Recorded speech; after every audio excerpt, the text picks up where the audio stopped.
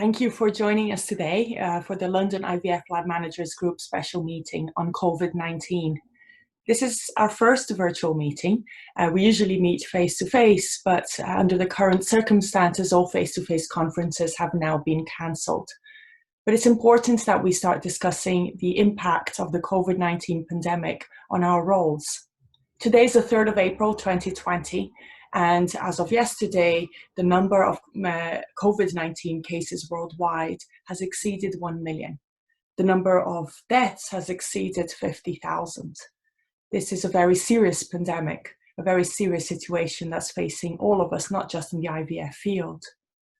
But the coronavirus situation is also an opportunity for us to think. It is bigger than me as an embryologist or as a lab director. It's bigger than me as a clinic representative. It's bigger than me as a country representative. We need to think of this not as individuals, but as a worldwide problem. It's important to take time to reflect. It's important for us to learn from each other. And it's also important for us to learn from our different perspectives. We are today 23 countries represented in the symposia. We have people who are awake in California at 4 in the morning. We're people who are staying up late in Japan at 9 p.m. And we have 23 other countries in between. So I thank you all for being here today and for putting the effort in what is, for many of you, a very inconvenient hour. These different countries are at different stages of the pandemic cycle. So today we will be hearing from speakers from China. China is about a month ahead from the UK in the pandemic cycles. They are reaching the recovery stage. Spain and Italy are about 2 to 3 weeks ahead of the UK. France about 1 to 2 weeks ahead. We also have Brazil and Australia, which are a few weeks behind, and also the USA, who is being severely impacted by the coronavirus situation. We have a lot of differences in between these countries, differences with regards to the impact that the pandemic has had in each individual country with respect to mortality rates or different impacts on the economy. And this has led to different responses from different governments, as well as different responses from different local societies. And because of all these differences, this has put us all in a different perspective. We see this problem in a different way. But despite all the differences, we're all the same in one thing. We all have to respond to it. We all have to respond to the situation, which at first feels like it's completely outside our control. As lab managers, we have to protect the interests of our clinics. We have to protect the patients. We have to protect the staff that we manage. And we also have to protect the embryos, sperm, and eggs which are under our care. Today is not about the problem of COVID-19. Today is about understanding the different experiences and coming up with solutions to mitigate the impact that COVID-19 is bringing us, the very negative impact. We need to at least mitigate the part that is within our control. We would like to get all of this information together from our very experienced speakers and share this not only here today live, but also we'll be posting a video of this symposia in IVF meeting. We're going to make this accessible, and we'll also be putting this together in a paper. So we are looking for volunteers to help us put this paper together and collate all of this knowledge to help lab directors all over the world. We have a number of talks today. The first one is going to be Steve MacArthur. Steve MacArthur is going to be representing the Australian experience. We also have Dr. Huang. He's the president of the Chinese Society of Reproductive Medicine. He will be giving us a Chinese experience and talking about the shutting down and restarting of the IVF clinic. Laura Rienzi will be giving us the Italian experience, and Marcos Messiger, the Spanish experience. Daniela Nogueira and Rafael Portela will respectively give us the French and the Brazilian experience. And lastly, Tim Sharp from Tomorrow will give us the USA experience on safeguarding your clinic's cryostorage during a possible liquid nitrogen disruption.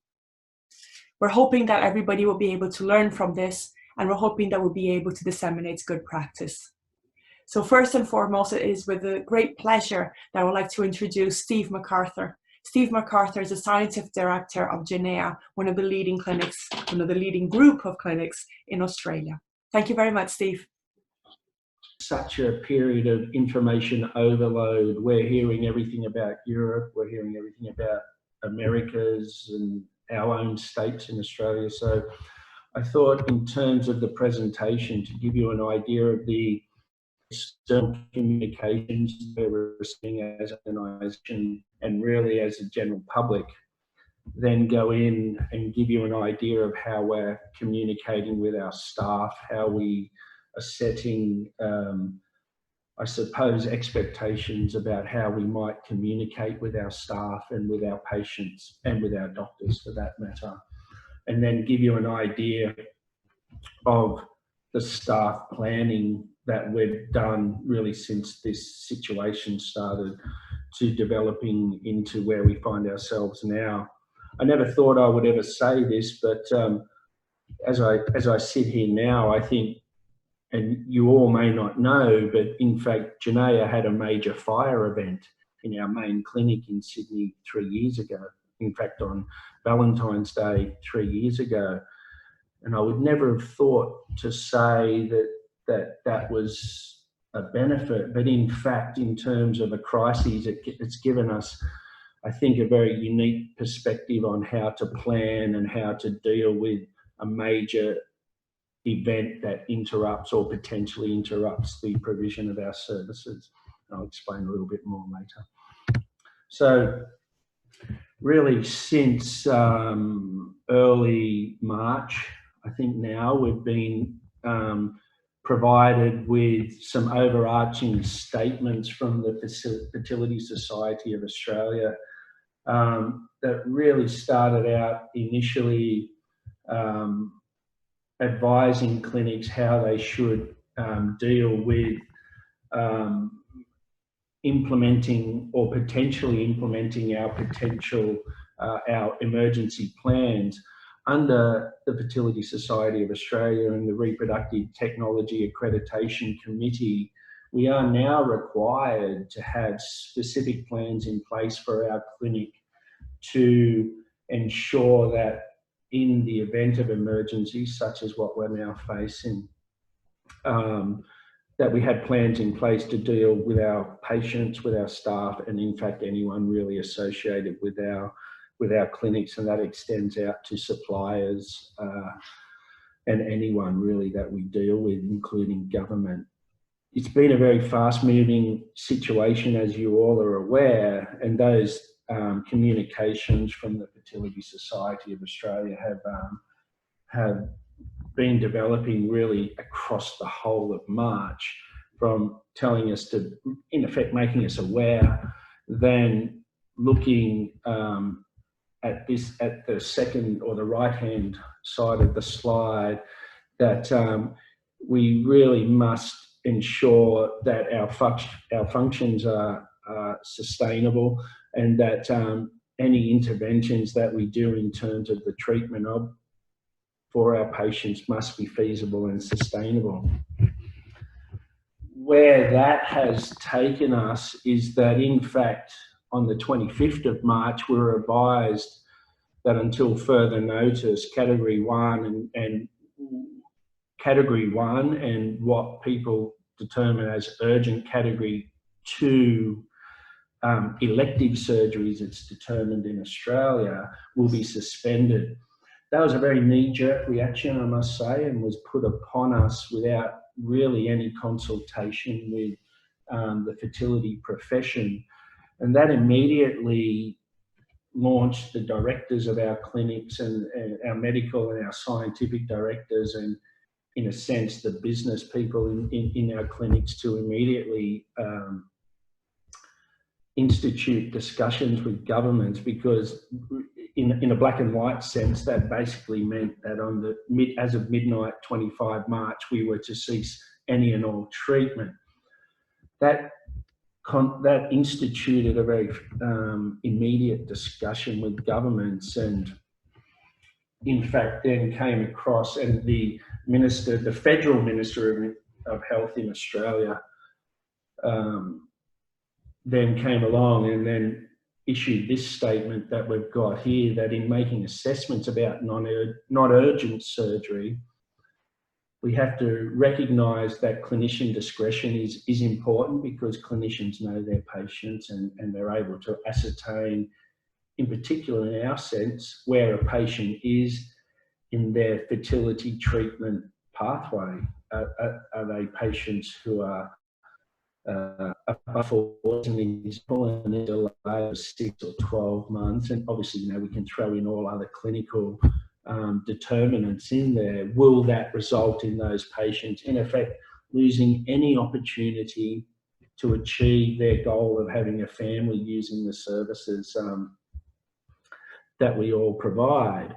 And so I think importantly, in our perspective in Australia, this notion that if we made a decision just to cease all treatment, would there be unreasonable suffering for those patients? Because if they did wait 6 months or more for that treatment, would that chance be gone? And so that then, in our clinical sense, or in our clinic sense rather, puts a very big burden on us, if you like, to get this right, not only on a population level, when we're talking about social distancing and protecting the interests of the wider community, but how are we going to marry that in with what our governments and our regulatory bodies were proposing? That led us to a lot of internal discussions, and we had in place at this stage, so we were trying to deal with those external communications, and I'll come back a little bit to those in a minute. But we had in place business continuity plans, and these manuals, which are available across the organisation at all levels of the organisation, and in fact cover every function of our organisation, have really been in development for the better part of a decade now. And as I mentioned earlier, in some ways, it sounds so crazy to say it, we were lucky to have a major business interruption event. It was a fire in our main clinic 3 years ago. So we were, in fact, quite well versed in the implementation of our business continuity plan. I'm just giving you an idea here to show that this business continuity plan covers off every aspect of the clinic. We go from an overview, which gives an overarching picture to all of our staff, business and expectations when we vote the business continuity plan, and in particular how we document and record all aspects of that invocation and all aspects of what occurs once those plans are invoked. And it's not just, as you can see, and as I mentioned to Christina, I'm happy to share these slides with everyone once we're finished. It's not simply the science, it's not the labs, it's not the day surgeries, it's absolutely every aspect of our business is covered, from even our, I shouldn't say even, our marketing, our IT department, our HR resources, the whole aspect of the clinics. You'll notice down the bottom, I'm not sure if it's big enough, we actually spent really the first half of March developing, in fact, what's down the bottom there, which is a pandemic annex to this plan, because we were developing processes and protocols as we were getting communication from regulatory bodies and the government. This really put in perspective for us the requirement for internal communication. And the internal communication, I've just given one example here of how we do a lot of our blood work in-house, and how we were going to communicate as this situation developed with our staff, and how they would then go out and communicate with our doctors. Janaea doesn't employ doctors. Our doctors are in effect external providers of services. So we have our patient base, our staff base, and our clinician base that we deal with. And what we're trying to integrate with all of these communications is the requirements that are being put upon us by governments and regulators, which is, I hope, a very strong theme of the talk. So we're trying to manage that business whilst maintaining standards across the whole of the business. And that's important as an example in what we've done with our biochemistry labs. We're now batching bloods, as an example, on different days of the cycle, so that where generally we would collect a blood for endocrinology and have an answer out 2 days. Now, because of social distancing and that whole community aspect of what we're trying to achieve, we've gone back. We can pull data to show how we manage bloods, how in fact we may in fact overprescribe in some ways or overdo a degree of hormone testing. And in consultation with Mark Bowman, who's our medical director, Mark and I came up with a plan that there are days we can batch bloods, we can make the environment safer for our staff, we can inform patients, make it safer for patients in terms of when they attend the clinic. By way of example, the buildings, we don't own the buildings where we operate out of. Our main buildings, you're only allowed one person in an elevator at a time. So you can imagine how that's impacting how we run our clinic and how we deal with all of the logistics associated with the day-to-day. I'm not going to go through this. I thought this is our last communication. So we sent this out at 5:30 p.m. this afternoon. So this is really across Janaea to give them an idea of where we sit this afternoon. And we're trying to have major communications with our staff in effect every second day, so Monday, Wednesday and Friday of each week. And this is now the last communication that we sent out today. I suppose the critical piece is our staff and our patients are all hearing the news, but in effect, all non-essential surgeries across Australia were to cease at midnight on 1st of April. So you'll see when I go back to that government directives or those government communications I mentioned, initially it was the 25th of March we were to stop, then it's the 1st of March, and then those who commenced IVF cycles before the 1st of March are able to go through to completion. Yeah. And then what we then have to determine is which of those patients who come or who contact with us after that 1st of April deadline, which of those are determined as urgent. In effect, the Fertility Society of Australia has told us that egg and sperm preservation as a result of cancer treatment is deemed essential and can still be conducted post the 1st of April. There is some further leeway in that, but as I think I mentioned earlier, again, the government has put the onus on determining urgent treatments specifically at the feet of clinicians. So we are already getting many communications and interactions with patients really over the last 3 days saying, I'm in a group that should be urgent. This is how long I've been having treatment, or this is what I've been having treatment. Interestingly, what we've seen is a really big spike, for want of a better way of describing it, of patients who had treatment and we hadn't heard of or heard from for quite a while, and all sort of rushed back into the system. So it's a very difficult situation. And so the statement that we made that if you wish to discuss further treatment with your fertility specialist, we're directing all of those patients to their specialist. If they want to discuss any future treatment, it must go to their clinician, and we're dealing with those, frankly, on a case-by-case basis. I then wanted to go in and, I'm conscious, Christina, of not running too late, to give you an idea of what we've done in terms of staff planning. I'm going to just talk specifically about some of our labs here, but across the whole of the organisation, we've asked our staff to, in fact, process map what would be required as shown on this slide here, if we were going to an immediate shutdown, so the government says, that's it, you cannot go out. At the moment, just to let you know, across Australia, fertility services have still been defined as what they're calling an essential service. So if you work in those organisations, you can leave your house and go to work. We've issued staff with all official letters with key identifying criteria on those letters that police are actually stopping people in the street here now. So you can be stopped by police and asked to say, in effect, where are you going? What are you going for? So we've provided them with all of the requirements there.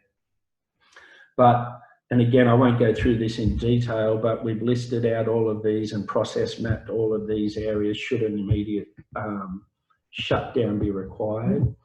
We've then looked at, again, process mapping and looking at what's required in terms of a slow shutdown versus a staged shutdown, where someone may give us a defined date at some point in the future. So all of those processes and all of those plans have been mapped out and are ready to be instigated. At the moment, we're more working towards this slow shutdown. So we've had the dates, we're finishing off the cycles that we know that are underway, and we're looking at that process. Do we think we'll get to a complete shutdown? I think given the breadth of what the government has said to us about there is some clinician discretion in all of this, I don't know that we will get to a complete shutdown where there's no work done at all, but it's likely that I believe once we finish off the present group of patients who are under stimulation for egg collection and under management for frozen embryo transfers, treatment cycles will be very rare from that point. To deal with that intervening time to where we stopped, with the notion that we don't want an infection event, we've split all of our laboratory and nursing and patient service groups into 2 teams, and they're working week about. So we're having one group of people who attend the laboratory during 1 week, then the subsequent week we have another group coming in. The reason that we're doing that is in Australia, if if you're identified as having immediate or close contact with someone infected with the virus, you're expected to go into 14 days of isolation. So we're thinking by doing it this way, we'll still, if you like, have a team that can come in and take on the work that's required. I suppose in a good sense for us, we do 100% single-step culture and 100% in time-lapse incubation systems, so that even if a team couldn't go in for a day when there was a requirement to clean facilities or whatnot, we're 100% sure that we can keep the embryos in place as required. We're just looking at what happens right at the end of day 5, day 6, and whether we're going to institute a day 7 culture policy if needed. We currently don't culture past day 6. We're in a lucky position, I suppose. We have 2 other clinics in Sydney. We're actually shutting them down and centralising all of the work into our main clinic in the centre of the city. And again, if we have a transmission event in that central laboratory, for those patients that we've got to finish off or those patients deemed urgent, we can transfer them to one of those other clinics. And we're decentralising key equipment across those laboratories in case we need to keep services going, things such as the Illumina sequencers and all of those, and analyzers. You were just slightly over the time, just so you know. Okay. You guys can read through this. I suppose one other key thing, we've committed to our staff that they will be continued to be employed across April and May, and we're going to keep paying the staff. We've got them developing work from home plans, everything, and that's working quite well at the moment. it's about communication. I think this whole thing to keep everyone as up to date as we are is communication. And I'll stop talking. Thanks, Christina. No, thank you very much, Steve. Steve, are you able to stay for the discussion at the end? Yeah. Okay, in that case, just in the interest of time, I think we'll move to the next speaker. But if you have any questions for Steve, please hold on to them, and we'll bring them up in the discussion. So our next speaker is Dr. Guoning Huang. He's the president of the Chinese Society of Reproductive Medicine. He's also the director of Reproductive and Genetics Institute in Chongqing for Obstetrics and Gynecology Hospital. So Dr. Huang's current interests are mainly laboratory techniques in reproductive medicine, and he's also the advisor on quality control and quality assurance systems for mainland China. So Dr. Huang, it's a real pleasure to have you here, and thank you very much for accepting to give this talk. He will be assisted by Dr. Yi during the talk. Hi. Thank you, Christina, for inviting me to this platform. I really appreciate the invitation to introduce how China's IVF Center work during outbreak of COVID-19. COVID-19 is a tough challenge for mankind. We are all suffering, and we are also doing our best to fight against the COVID-19. It looks like that China is getting out from this dark tunnel. Therefore, we have a bit more experience than other countries. The time given is short. In order not to delay the talk due to my limited English, so I am inviting Dr. Ye Hong, the clinical director of my clinical, give you a quick presentation. I hope you not mind. Thank you very much.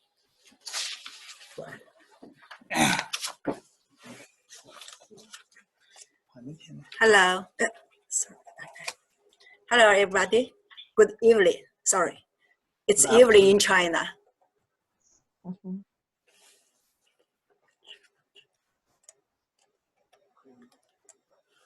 Okay.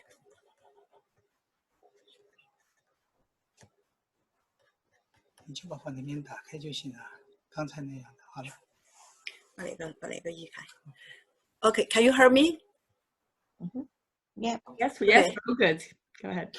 Okay, thanks, Chairman. Now, let's share the Chinese experience against COVID-19 pandemics. Oh, how to go?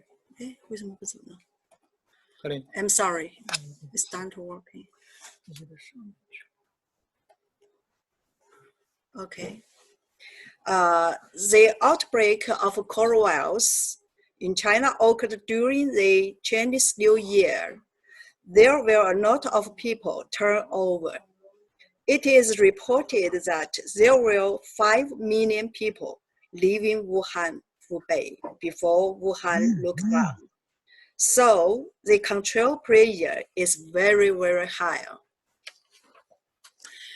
Firstly, let's review the key process of coronavirus in China.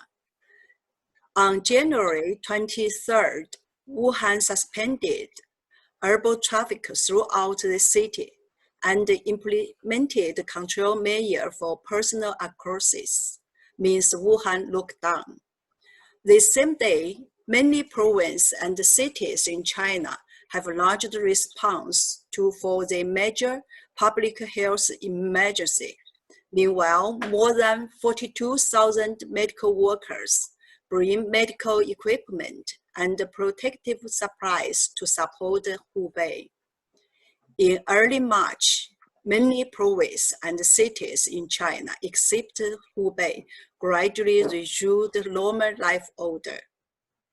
On March 29th, the number of these confirmed cases fell no reason, and the local epidemic transmission was basically blocked. On March 31st, the number of local existing confirmed cases fell less than 1,500, and the situation of epidemic prevention and control continued to solidify. This slide just want to show, this slide just published in the April 1st, the China coronavirus data.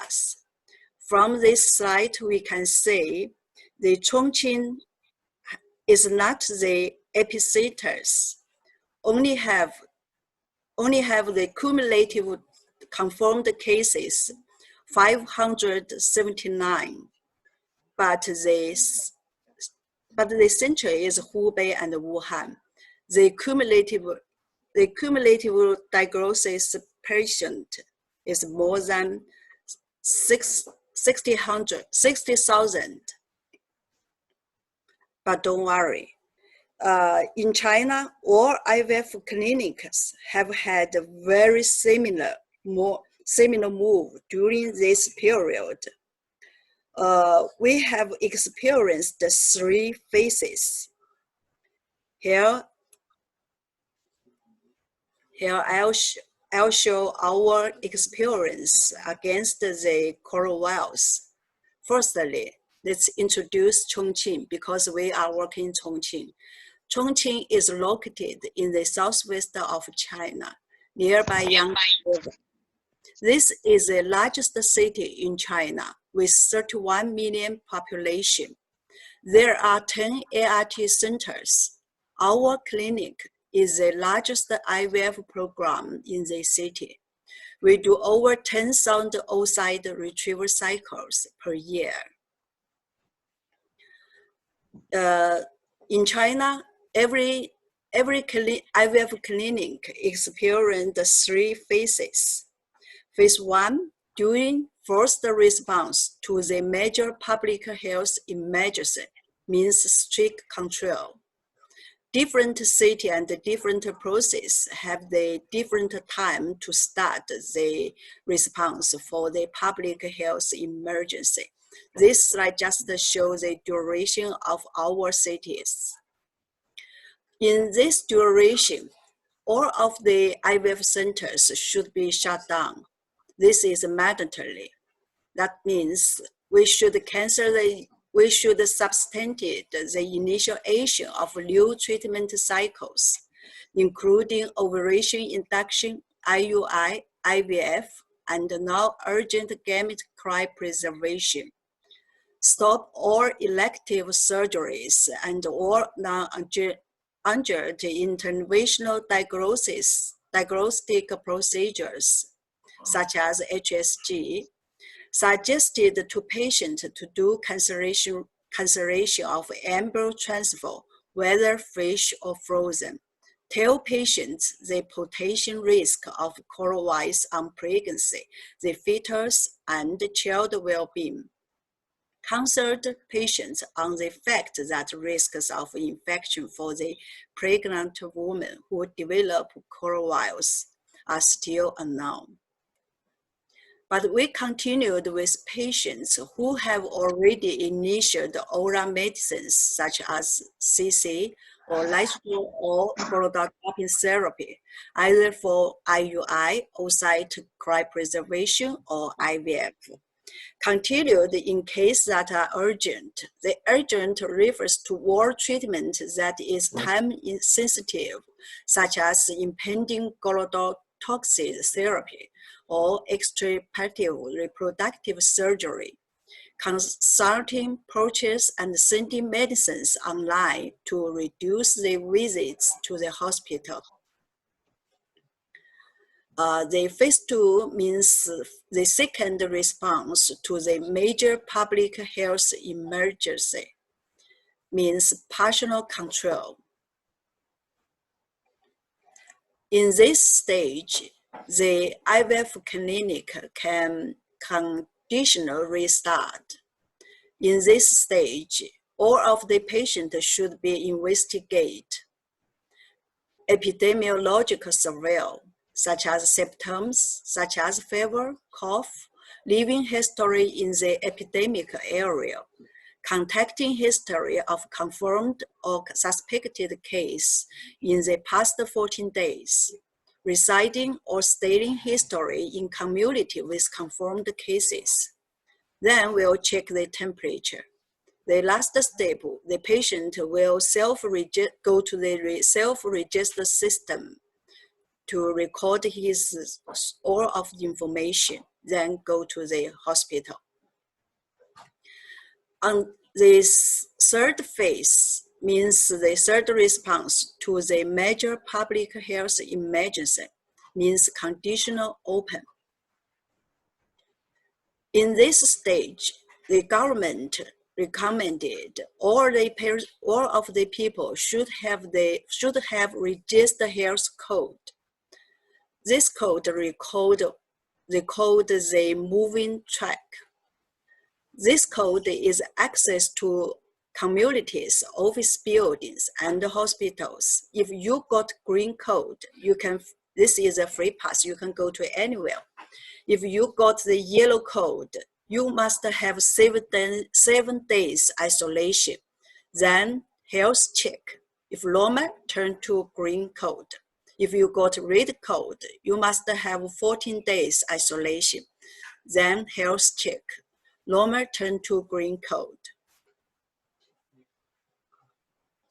In this stage, important cases for preventing is very important. So the government recommended those coming from abroad must be quarantined for 14 days. And with trans-coronavirus RNA test negative to be released from the quarantines.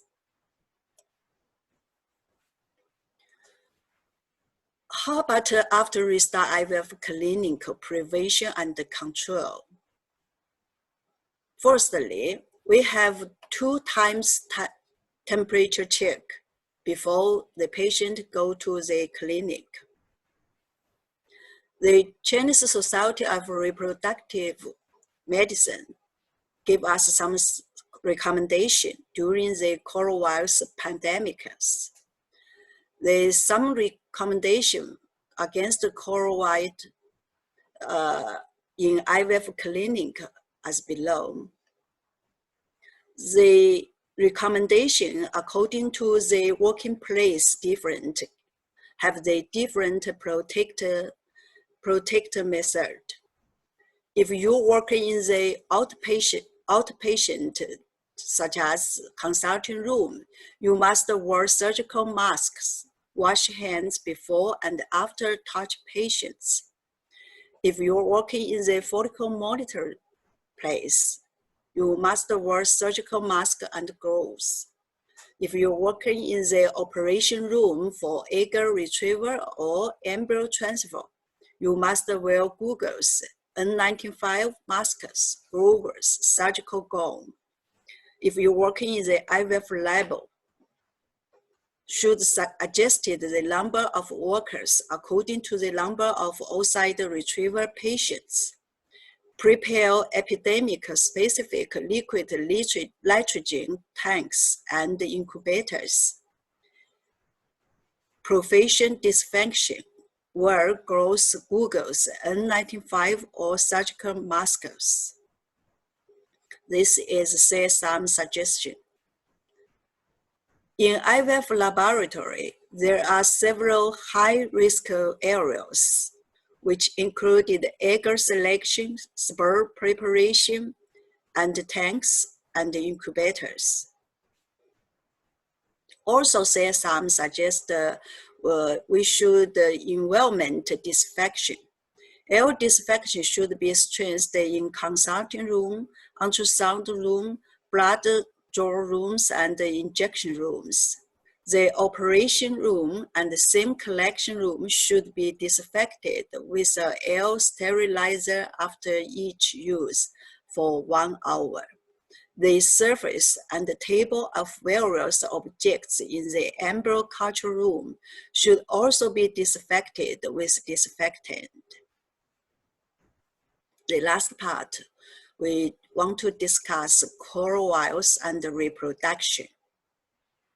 As we know, HEPA filter could filtrate 97% 0.3 mil particle materials. But the respiratory droplets, they dominate from 0.01 to 10 mils. So the HEPA cannot block the coral walls completely. This study is from the Science. This study shows the S protein of coral walls could recognize and binding ACE2 in human cells. This resulting outbreak of coral walls has emerged as a severe epidemic. Another studies revealed the coral walls could injure the serotonin cells in testicular tissues, and this made the changes in hormone level. So I just wonder whether the gametes or embryos are infected because the studies found the male testicular tissues exist ACE2. So I just wonder the safety of the gametes and embryos. How can I do it? How can I prevent coral walls? If the patient got the coral walls, means diagnosis before oocyte retrieval, it's easy, cancer IVF cycles. But if the patient diagnosis after oocyte retrieval, that means we have the gametes or embryo in the laboratory. But how to prevent our staff avoid the coral walls and how to keep the safety for the gametes and embryos? This is my questions. My personal suggestion is about repeated wash gametes and embryos, change consumables per patient. All of the patient do ICSI to reduce contamination of same. All oocytes after ICSI and the embryos will culture the individual and the space-filled liquid nitrogen container. This is just my personal suggestion, no clinical evidence. Summary this lecture. If we are doing the first response, all of the IVF clinic must be closed. If we during the level 2 and 3 response, IVF clinic could be restarted conditionally. Patients and accompanied persons who come in IVF clinic should be acted by epidemiological survey, temperature screen, information register. Isolation is the most important measurement to break epidemic. Medical staff must wear personal protections. IVF laboratory should be conscious to potential risks. So suggest repeated wash embryos and gametes, change consumables, ICSI for fertilization, embryo culture individual, and so on. Okay, I'm sure we can overcome and fight against the coral walls because we are the world. Thank you. Thanks for your attention. Thank you, Dr. Yi. That was amazing, and thank you, Dr. Wang, as well, for putting that presentation together. I think that there's a lot in there that is very, very thoughtful and actually been put together in a very clear way. We have about 5 minutes before the next speaker, so I thought I'd open to questions to both Dr. Wang and to Steve, if there is anybody who'd like to ask a question. If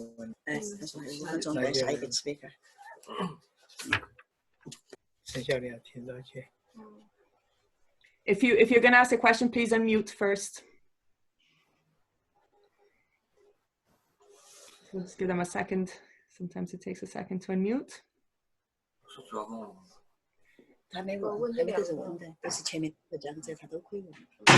I have one to Dr. Huang while others are thinking about a question.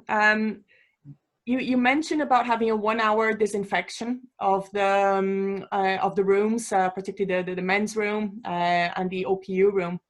I'm guessing that had a tremendous impact on the volume of patients then that you can see for that particular day, and I'm just wondering if you could comment on that, on how that impacts your capacity of patients if you're disinfecting rooms for an hour in between patients. 都说那个在那个消毒，你讲嘛？哦，我还没听明白。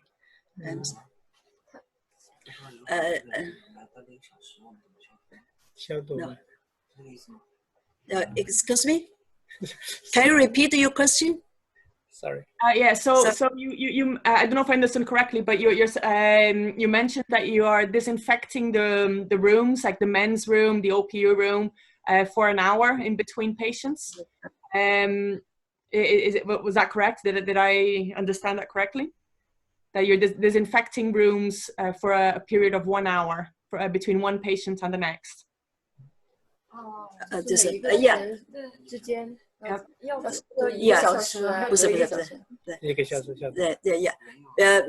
Yeah. Before use, we must disinfect the rooms. We disinfect these rooms because the patient now is very, very little. So don't worry. If we must before the disinfection room, then waiting 1 hour. Can use, because we have 2 rooms. We can change rooms. I see. Okay. I have a question. Yeah, go for it. Yeah. So for the restarting of the IVF laboratories, are you then thinking to screening the patients with serological tests? Did you put in place serology for screening the patients against COVID to restart the treatment? 他说实验室的那个就是实验室那些就是你们操作的那些盘子，之间怎么那个消毒，怎么消毒，怎么用的？就你们实验室取完卵以后，就是用酒精嘛，那边。就是just 取卵的那些器材。Yeah, you mean just use alcohol, right? No, I mean testing the patients, so doing blood samples and serology, including the COVID analysis to be sure that the patient is COVID-free to undergo another IVF treatment. If you are including this to your patients' screening before the IVF for the reopening of the laboratory. The question, Doctor, is, are you screening patients for COVID? 黄院长 We didn't test the yeah， 他的问题就是问做那个测试没有，对不对？对，是不是做了 RNA 测试？患者进来之前。对 ，No。Okay.是这样的。If they are high risk of coronavirus patient, you can go to the hospital to check. But yeah. 叶大夫，他们的问题是说，你现在不是 reopen lab 吗？对。你 reopen lab， 你要加病人，开始病人的时候，你们现在是不是把他们都要做那个核酸检测？没有 ，No。那你回答 ？No. Okay, so we're not screening routinely patients for COVID. No, because they tested the RNA test just for the high risk patient. For ordinary patient, didn't check the RNA. Okay, that's fine. Just a quick check on the time. Okay, we have 1 more minute. Does anybody have a question for Steve?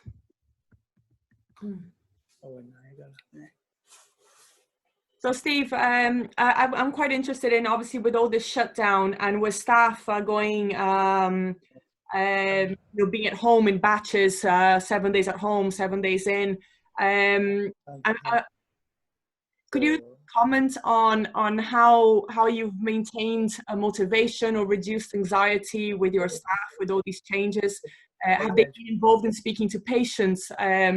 Has that caused any additional stress, and how have you handled that stress with your staff?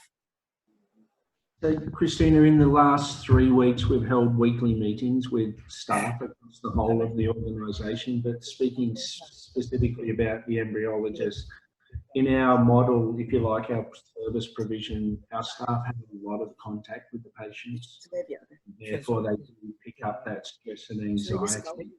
So we made a promise and an undertaking to the staff from the start that as soon as we have any information at hand, we relay it. And so we're doing that both in person and digitally across our laboratory. We have 9 labs across Australia.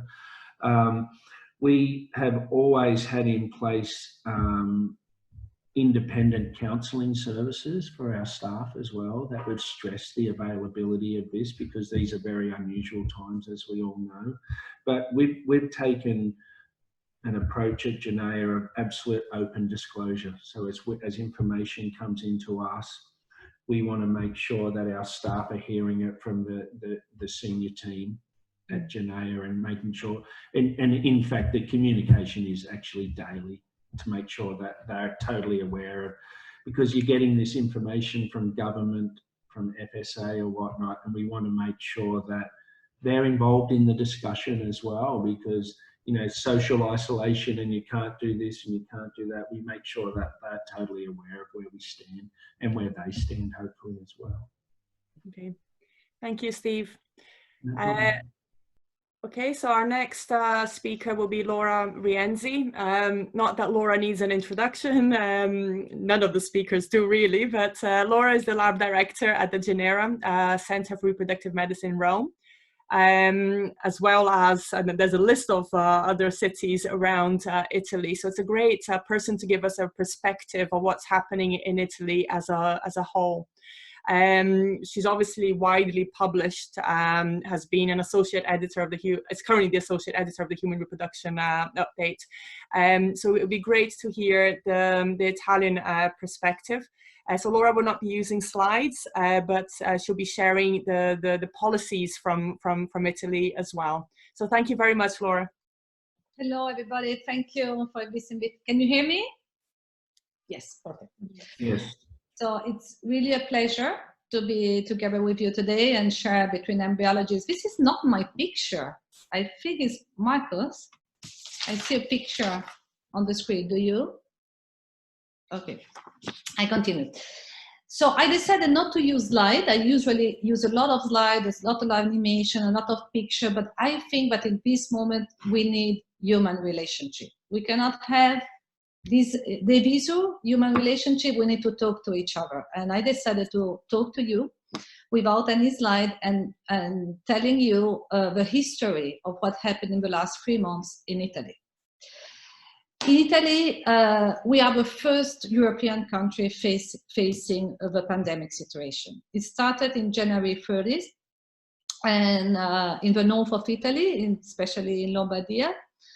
And we faced an incredible situation. We were the first who had actually the lockdown. And believe me, when in Italy it was decided to lock down the country, and it was March 13, we were all upset. We did not really understand what was happening. We were not sure that this was a necessary measure.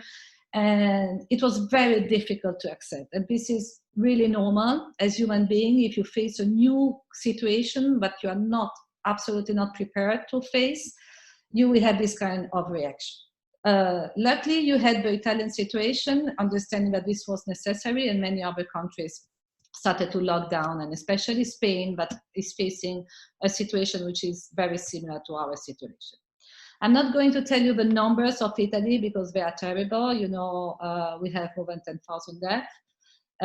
It's really something incredible because it's touching the population, which is, of course, the oldest population, the one that we care more, our parents, grandparents. And so it is an ethical point, an ethical perspective to be sure not to interfere with the healthcare system that has to take care about these people and all of us, of course. So when the first lockdown came out, we had a recommendation from the Minister of Health saying about IVF, saying that we should go on with the ongoing treatments, so we could finish all the stimulation and egg retrievals, but we should stop to start new treatments unless there was a criteria of urgency. For instance, oncological patients were always possible.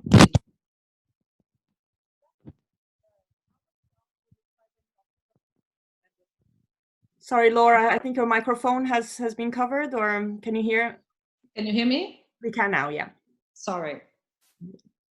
So, so what happened? I don't know if you could you hear me before? Okay. So what happened is that the Minister of Health said, okay, stop any kind of treatment that it is not urgent. You can just finish the treatment that are ongoing. And this was March 13. So we, all the IVF centers decided, of course, to finish the treatments. And we tried to not to perform embryo transfer, because of course it is unknown the effect of coronavirus on, it was and it is still really unknown the effect of coronavirus on pregnancy and newborns. So we try to say to the patient not to undergo embryo transfer. And I have to tell you that at the beginning of March, even if we were really advising patients not to do embryo transfer, some of the patients wanted to go for the embryo transfer. So we were in a very difficult situation. Phase 1, the infection, the uncertain situation, the fact that we wanted to finish the cycles, we were advising the patient, but patients still wanted to make embryo transfer in some cases. So we had to face this very difficult situation, try to be as much clear with the patient as possible. Then we stopped completely. Although there was no clear recommendation, except for the region of Naples, there were no clear recommendation that we had to stop the treatment in private settings. So in public settings, IVF was stopped, of course, to dedicate the personnel to the emergency. But we didn't have any total recommendation to close IVF. It was ourselves, I think all Italy, all the IVF center, private, public, decided to close because we knew how much the healthcare system was suffering, and we didn't want to have any complication with IVF that would be on the shoulder of the healthcare system and distract the healthcare system from the emergency. So no obligation, but we all behave in the same way. The only thing that was still open, of course, was really urgent procedure such as oocyte cryopreservation and sperm cryopreservation for oncological patients. But this was the peak. This was the peak, which was the whole May, between February and March. And now we start to see the end of the peak. So I want to face now, not the phase 1, but the potential phase 2 that we are going to face, I hope, in 10, 15 days, when the peak is going down, the number of infected people will be lower, and then when the restriction and the lockdown will come a little bit less tight, because this is what is going to happen. This is exactly what happened in China, as it was said before. So how to face the restart? I think this is what I wanted to talk today, because I want to be positive and see about the future and the restart of the treatments, because we believe that IVF is not an elective surgery. It is an essential surgery. It's an essential treatment for a very important disease, which is infertility. Of course, we are all involved in this, and that we cannot postpone IVF for month and month. There are some situations where time is really essential. And for patient and for psychology of patient, believe me, now it is 1 month, 2 months, but we are postponing treatment is very difficult. To face the emergency, to face the quarantine, and to face being alone at home, no psychological support, only online, which is not exactly the same, and interruption of the treatment. So we believe that it is our responsibility to protect patients and personnel, but also to be able to restart as soon as possible and guarantee this essential treatment for specific patients. So the Italian Society of Gynecologists has just published on fertility and sterility dialogue. It will be a paper on RBM online. It is in press, very, very fast track publication. In 10 hours, a paper can be out in this period. So what the Italian Society of Gynecologists have said, look, we have to make a priority. We are going to restart, but as we have learned, restart means a lot of work, means, of course, a capacity which will be much lower because we need to make a triage of a patient, we need to make specific cleaning, specific dressing, we need not to accumulate patients in the waiting room. So, as you said, the capacity will be, we have planned for the first period 10 times lower than what we were able to do before. So before we were doing one egg retrieval every 30 minutes, now we are planning egg retrieval every 1 hour and a half to be able to finish the egg retrieval, cleaning, and not making patients across each other. So there's a new protocol that we are setting up to be able to ensure and guarantee the maximum security for patient and person, which include first the triage of the patients. So we will have to check symptoms, and we will have to check temperature, and we have to check the history and the epidemiology of the patient to be sure, to try to avoid patients that are at risk to enter into the service. But we know perfectly that that it is not enough, that we may miss some patients without any symptoms. Today, it is not recommended by our healthcare system to perform the blood test for antibodies.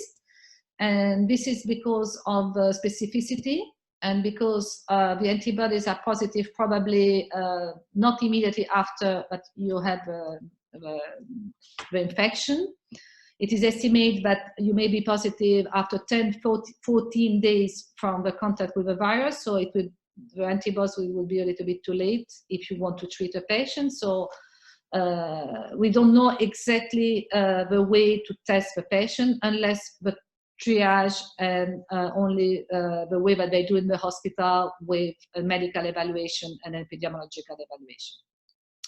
But let's look in the lab, what to do. Once the gynecologists will be ready to enroll patients in the best way and the most protective way, when they will be able to make a priority, which are the cases to start, except from oncology. Oncology, of course, has to be always available for patients, but imagine also advanced and maternal age, specific conditions, psychological conditions, maybe enroll as soon as possible, of course, after the peak, when the situation is in phase 2 or 3 under control. We have to be ready in the lab. So because we are between laboratory specialists, we need to give security, we need to give the right message to the gynecologist and the patient. We have already this expertise. The management of potential infectious gametes and embryos is something that we know already. We all have protocol on that. So we have to use the maximum protection protocol to manage the gamete and cells, knowing that there is no evidence that the coronavirus is in the gametes and in the embryos. You know that the paper regarding coronavirus and testes that was cited before by the Chinese rules has been withdrawn. It was not confirmed. So in fact, there is no reason that we have receptor for coronavirus in our gametes. I was listening to a lot of presentations from expert in virus saying it is very unbelievable that coronavirus will be in the sperm eggs and in embryos, but the risk is of course the patient herself and the person.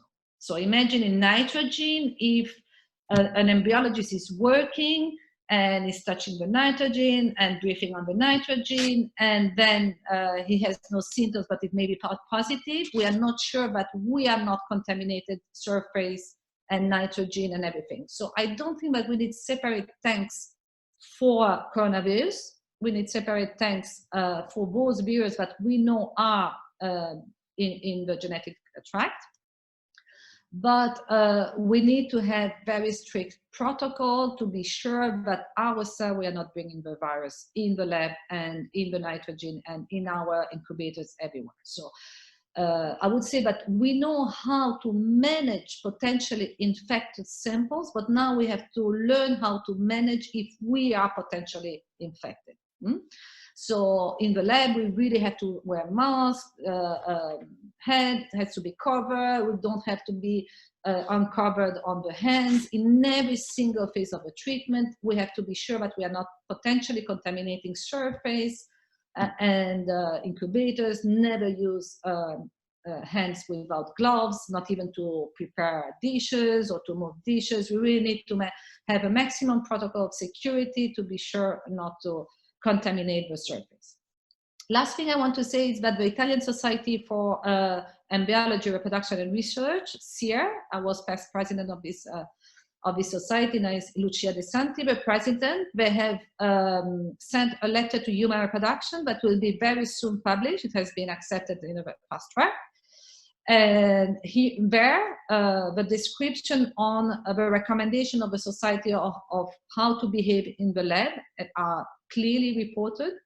So about personal protective equipment, staffing, as Stefan has said, 2 groups that works in alternate, like this. If there is one embryologist infected, you can move a group and guarantee the continuity of the treatment. And then, of course, we need to have a disaster plan in case of a team is infected. You have to call another team.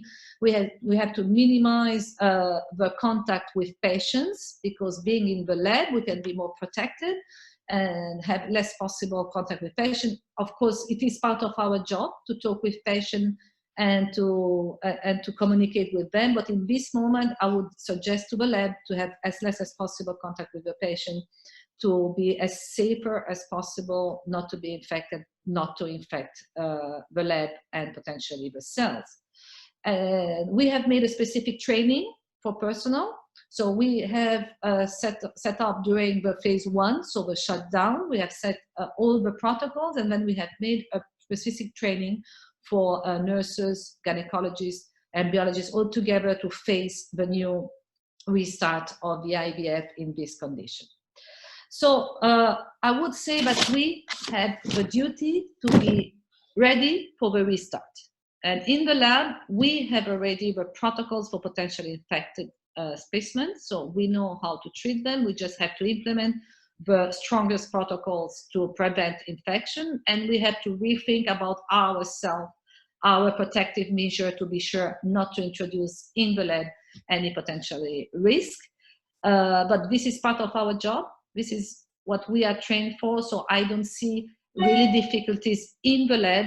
If there is a good triage of patient, a good flow of the patient together with the nurses, a good, of course, prioritization of the patient from the gynecologist team to, of course, to treat only patients which are time sensitive. I think that IVF centers, especially in private, because we are not going to use the resources of the public health care system, should be as soon as possible after the bid ready to treat IVF patients that really needs us. And for them, time is really the worst enemy that they have. So it is something which is really urgent for all IVF patients. Thank you.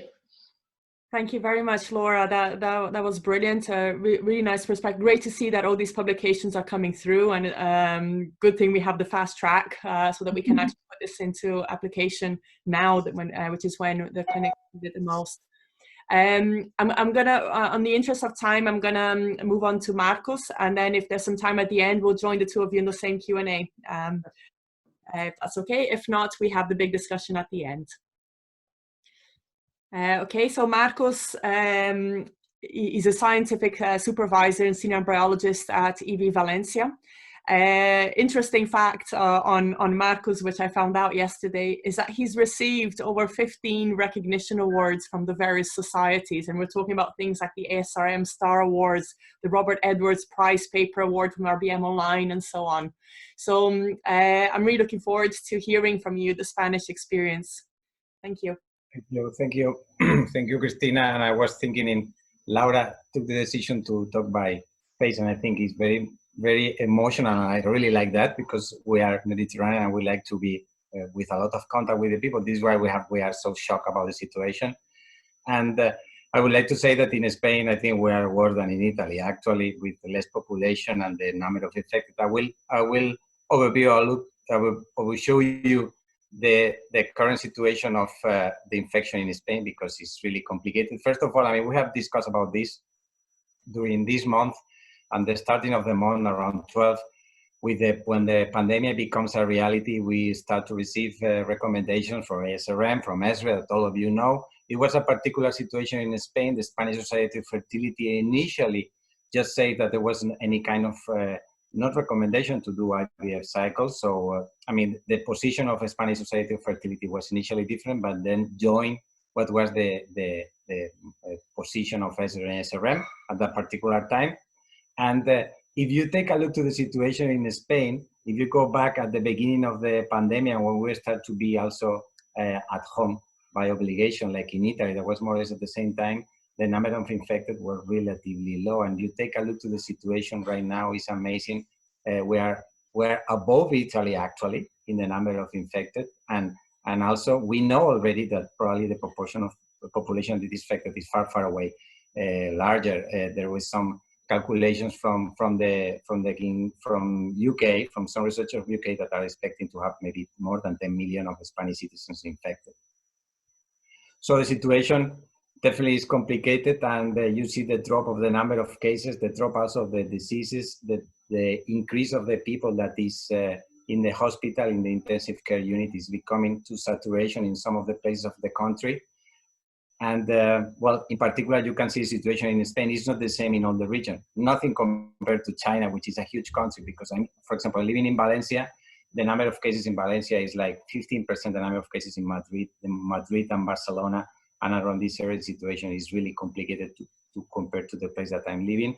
And also the proportion of people that is dying, which is the people that is diagnosed, is not all the population, is very high. But we assume that there is a big proportion of infected people that are not diagnosed, and this is why the mortality is so high. So this is an overview of the situation of Spain that definitely is complicated, and we are all very worried and scared about the situation for many reasons, including, of course, the health, but also the economy of the country. And I just have organized like a timing of the situation in our clinic in Valencia, or a particular clinic, like many clinics in Spain, that we do a lot of cycles of oocyte donation. At the end of February, we start to face the problem of the Italian patients that were coming from the north only, because the cases still in Spain at the end of February was only 10 cases. Now we are more than 100,000. So you can imagine how the situation can change in only 1 month. The changes are extremely quick. At that time, the situation in Spain, okay, we don't be alarmed. We just need to take precaution. From the patients of Italy, extreme precaution, let's say, because they were like pointed like people that potentially has the infection. In fact, we were close to that situation at that time in Spain without knowing it. And well, at the end of February, we take the decision we recommend to the patients from the north of Italy not to transfer and just vitrify the embryos until the pandemic will be solved. But then the situation become also important and complicated in Spain around 4th of March. We start to receive some recommendations from the doctors not traveling overseas to go to conference. It was my case. I was in Doha at that time, and I received an email from the Spanish government not allowing me to travel just 1 day before my trip to Qatar because of these recommendations. But the main problem or the main difficult situation in Spain become a reality around 13th of March. At that particular time, we did not stop any stimulation protocol. And in our staff, we split in 2 sides, Group A and Group B, avoiding to mix each other in the work, and also to avoid to have the lab crowded because of the possible infection between us. You can take a look of when we declared the state of emergency in Spain, there was only 5,000 cases, and that was only 15 days ago. And actually we're just 10 times the number of cases that we have at that time. And if you take a look, the big problem was in Madrid at that time, and not in Valencia, for example, the place that we are living, there was very few cases only at that particular time. So what we did in the clinic, I mean, the measurements that we took at that particular time, it was telling we never start treatments. We split the people into groups. And also at that time, our work also was to identify those patients that was in process of stimulation, call them and convince them to cancel the cycle, or at least to talk about the possibility of not to do the transfer and vitrify. So that was the first work, trying to identify those patients, call them, by the groups of doctors. And we obviously recommend them to cancel the cycle, especially in those that were very few days of stimulation. And the others, we strongly recommend them not to do it, just following recommendations. Like Laura pointed, some of the patients insist a lot in doing the transfer, and we try to convince them. And I think there was very few that at the end did the transfer, but most of them were canceled. Of course, we need to make a special consent for those patients because they were taking the risk to doing the cycle without our recommendations. We had to suspend all the surgeries. And we tried to concentrate some of the agendas in few days in order to finish everything. We start to think in the option of teleworking for some of the people that were in the lab, or just because we have a lot of work, also especially we do a lot of research. So we thought it's a good time to go home and progress in our projects and papers and everything. So we organize everything to do it like that. And of course, taking special care in our lab, like the Chinese group was talking about, using masks, clean our hands and face to avoid to touch our face. In the clinic, not to use elevator or more than one person. Also in the kitchen, trying to avoid concentrate people at the same time and trying to maintain the distance. We have been pointed also, this is important in the lab, trying to avoid to have too many people at the same time in the lab, with the possibility of close contamination, close infection. Then, of course, we need to create a guide for closure the lab, keep on inactivity, and then also thinking about reopening. And I have to admit that in this particular initial guide, we didn't point about what we're going to do when we start the patients. And I have to admit that actually in Spain, we see that situation far away, because like we are now in the main problem of the pandemic. But we will see. The point is that, of course, to do the close of the clinic, you have to do many work. For example, you have too many orders of media and other things that should have a very short expiration dates, and we need to cancel all these ongoing media and other type of things that we were asking. Of course, there are some of the equipment or some of the orders that does not need to be canceled because it has a long expiration period. But of course, also the equipment becomes empty because we're finishing our cycles, and then we need to disconnect all the equipment. We need to sterilize, and we need to keep it disconnected until the activity will continue. That includes, for example, all the data care proofs that should be disabled because we will have enough unusual alarms. Of course, this is the exception with the liquid nitrogen banks.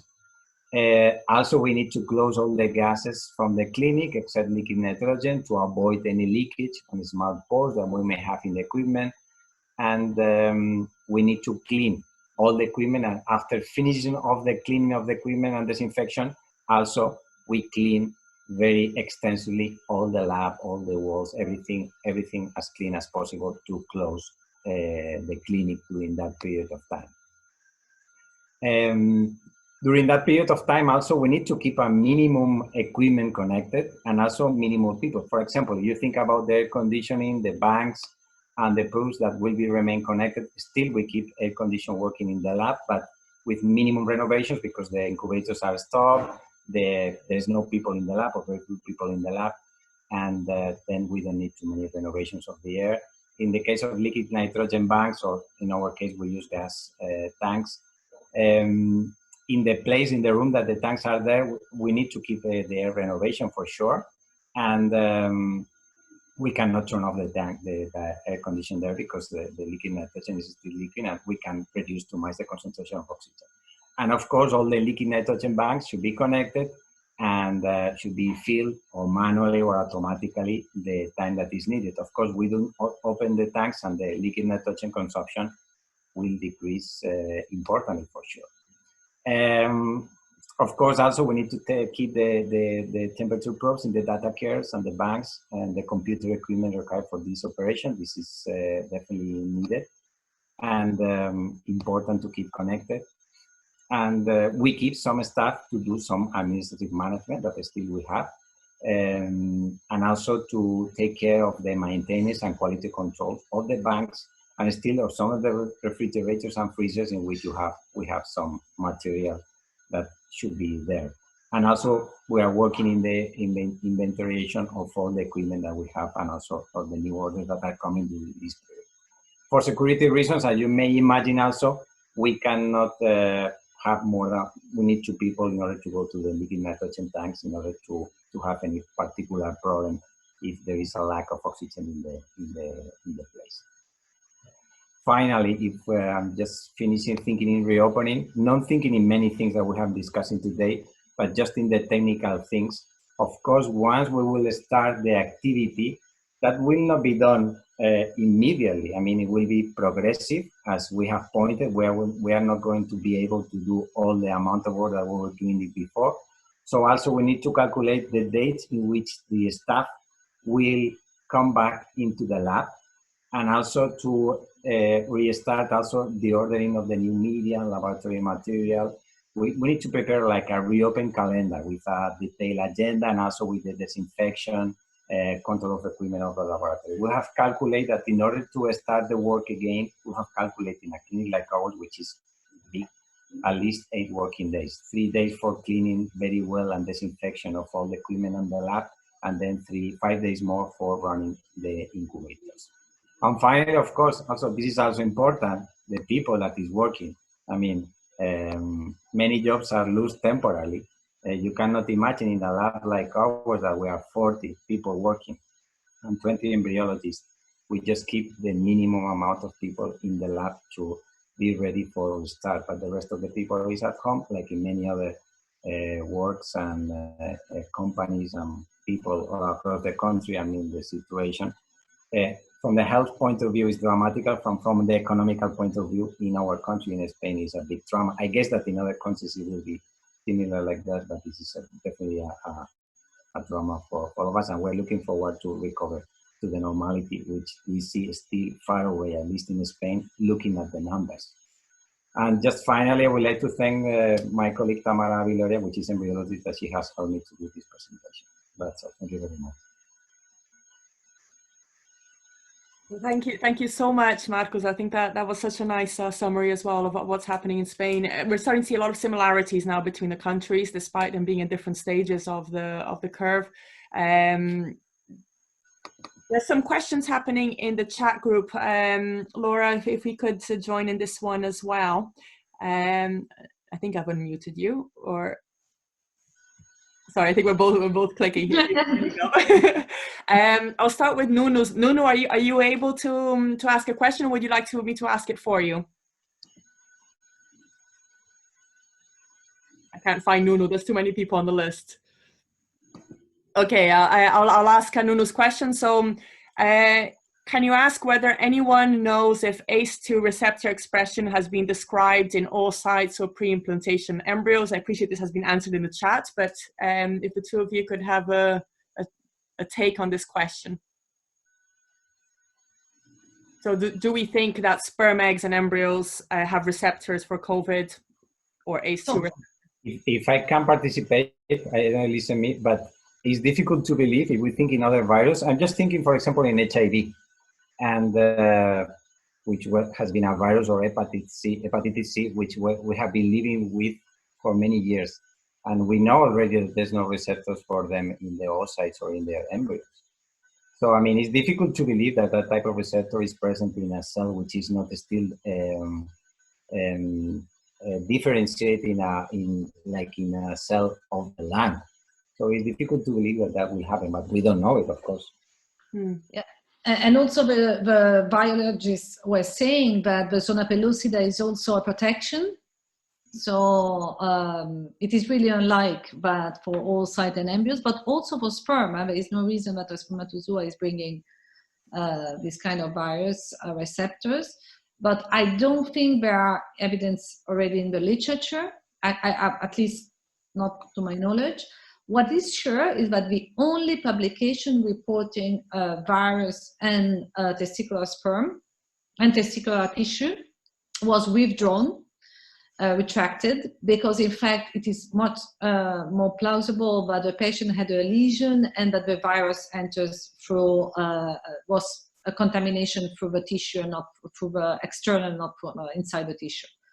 So I would be quite reassured about the contamination in the genetic the gametes and embryos. Although we will know after a publication will be out.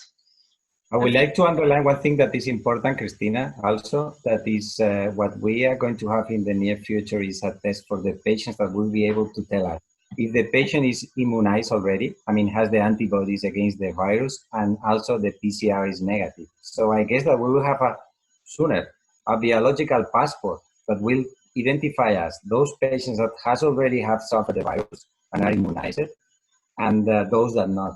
And that also for sure will be very helpful for the treatment of the patients in IVF, I guess. Yeah, I think the combination of the PCR and the serology, which is being worked out for the moment, will be also a good help for us to identify the patients that have been, not been, are not, etc. And I also think the virus, it's from my knowledge as well, the only possibility to be that would be in the fluid as in other viruses. So since we do a lot of washing in the laboratory, and this is also not the protective matter, I think. So. Yes, that was said, dilution is the solution. So more the washing, dilutions, but we have seen it also for other viruses. There's a very nice paper from Anna Kobo showing that even a positive hepatitis or HIV patient, after washing and washing and washing, you cannot find the virus in the final solution. So, exactly. So I would be, for me, the major risk is through patient and personnel. But we are entering and asking from the lab, so potentially bringing the virus. So it is our duty to be really taking all the measures to avoid bringing the virus inside the center and inside the lab for us. And the second point is the triage of the patients. So it's clear that if we have a good triage, which is not our duty as a laboratory expert, but this is a teamwork. So we work with the nurses from the very beginning to the end, and with a good triage of patients, I think that the risks are really minimized. Exactly.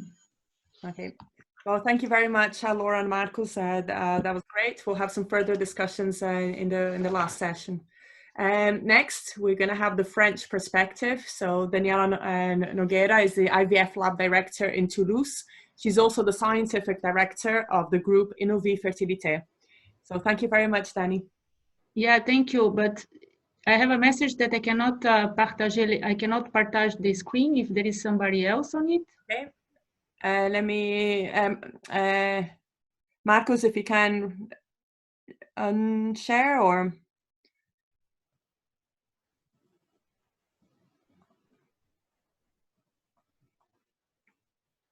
Why is that?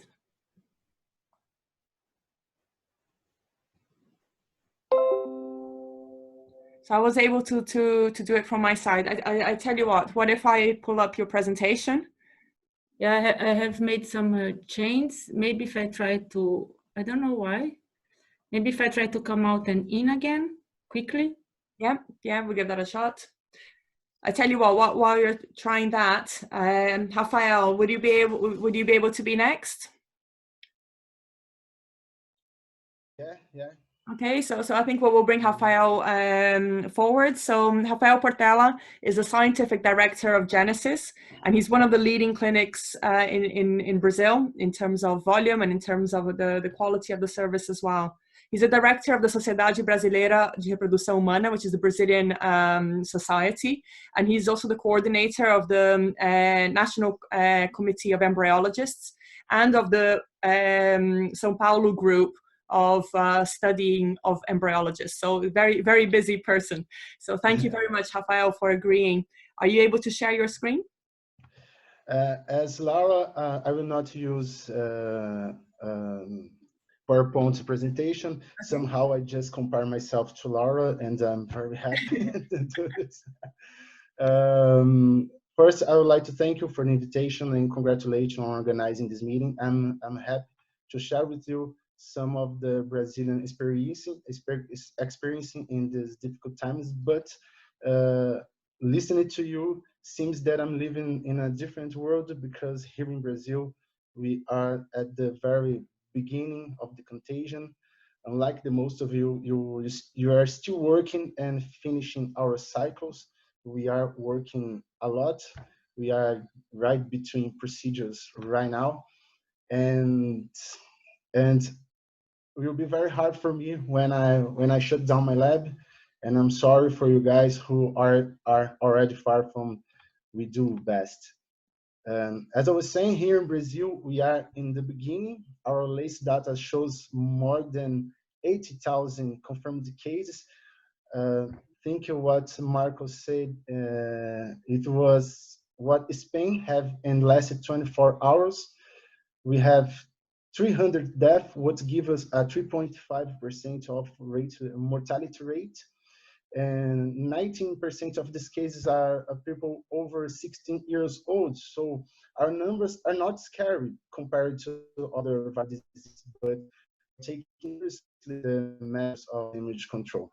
São Paulo is the epicenter of disease and has the most of IVF clinics in Brazil. Now we started to see the first days of slowdown in the curve of the new cases, but it should be wrong because in here, our test results take between 22 hours and 10 days to be released. So we have 80,000 confirmed cases, but more than 20,000 test results waiting to be released. And this is a bad thing for us because we are not seeing what's really happening in real time. Here in Brazil, we have two reproduction societies, the Brazilian Human Reproduction Society and the Brazilian Assisted Reproduction Society. We also have Anvisa, which is a federal agency that regulates IVF in Brazil. All are unanimous in the recommendations and follow the position of international societies. The recommendation, as you all know, is the new cycle should not be started until the situation is controlled, and embryo transfers should not be made either. Cases of preservation fertility by oncological reasons should be maintained, and cases where the postponement of the treatment brings significantly reduces to the chance of the patients reaching a future pregnancy should be discussed with the responsible clinic. So if you see, new cycles are not forbidden here, but there must be a fair reason to do it, and that is a subjective thing, and we're not clear about this. Anvisa, our federal agency, also brought a series of recommendations on the eligibility of gamete donors who have been contaminated, who had symptoms, or contact with someone who was an interesting point of view. Talking about lab management, none of the Brazilian societies brought a guideline on lab management. For this, we are being guided by the ASRM instructions. In addition of all cleaning process and security protocols that we are talking about, our staff works in half of the people within alternating scale. The flow of the people within the clean areas has been reduced at maximum, and we have extended the interval between procedures. We increased our inventory of non-perishable materials, and we increased as well our volume of reserve liquid nitrogen by 3 times. We also have made a reserve contract with another liquid nitrogen supply company. We established a partnership with another IVF clinic, and if one of us cannot, for some reason, attend a patient's case, we give us the mutual support. And we set up a homework program. We set up a continuing education program to keep the staff motivated, and we did not fire anyone yet. I hope we don't, and or didn't cut salaries too. But we've heard of the clinics that had to do this. Thinking about our challenge and weaknesses, like most sectors, we know that IVF will suffer economically, especially when it comes to a high-cost service, and that is one of the biggest concern of us, of course. In the beginning, was a difficult to us establishing the lockdown for clinics in the states in other parts of the country who has millions of inhabitants in a very few confirmed cases, but that was just in beginning. Now we are in this process. We realize that our clinics have a large number of administrative employees, nurses, and others, but few embryologists, making them practically indispensable even for a reduced routine. This brought us a strong message about the need to have a capable of working with the help of our staff. We cannot just have one or two persons who was capable to perform some technique like a biopsy, for example. I know this can be sounds obviously or a little strange for most of you, but in Brazil this is very common, especially in the smaller centers, and many of them are suffering for this now. The procedures won't stop, and we don't have a hand job for this. We realize too how sensitive and unsustainable is our cryo storage system with a high consumption of liquid nitrogen and a very short lifespan if we have a supply breakdown. We need a new model of storage or establish stronger contracts with our suppliers companies and emergency actions plans for situations like this that we are experiencing. To my final considerations here in Brazil, as you see, we are at the very first beginning of all that you guys have been working. I would say, in a pragmatic point of view, for us, in IVF, corona is a virus like any other. There is no directly influence into our results in pregnancy, in vertical transmission for now. However, this pandemic scenario brought us several lessons about our daily lives and extra truth as a clinic. It made us to look at contaminant agents and risks that are always present, but without screaming for so much attention. We should not, for example, consider sterilizing our liquid nitrogen because of the corona, but if we do, we have to consider it because all the viruses and bacteria and fungi who have always been present. We should not have a non-dependent team because of the corona, but because of all the unpredictability that surrounds us every day. We should not build a stronger cryo storage system because of the corona, but because it is the result of our work and the hope of many families. All the situations give us the opportunity to test, especially here in Brazil already, our limits, our plans, our teams in many ways to grow in the face of this crisis and become stronger as scientists and especially as IVF managers. And we are feeling this stronger in each day. So I hope that we will be successful in this, and hope you all guys take care of yourselves and your family. And one more time, thank you, Christina, for the invitation. All the experience that we are sharing today will be very important, especially to me because I'm going to start my lockdown process 20 days from now. So it will be helpful, useful. Thank you for all. Thank you, Rafael. I think you brought a really, really good point of view there, specifically the point about we're here having a symposium specifically about the COVID-19, but there's other viruses out there that just don't have the same exposure, and they're also a problem for us. I mean, especially speaking from Brazil, a country that has been heavily hit by Zika. We have to consider all our viral contaminants as well.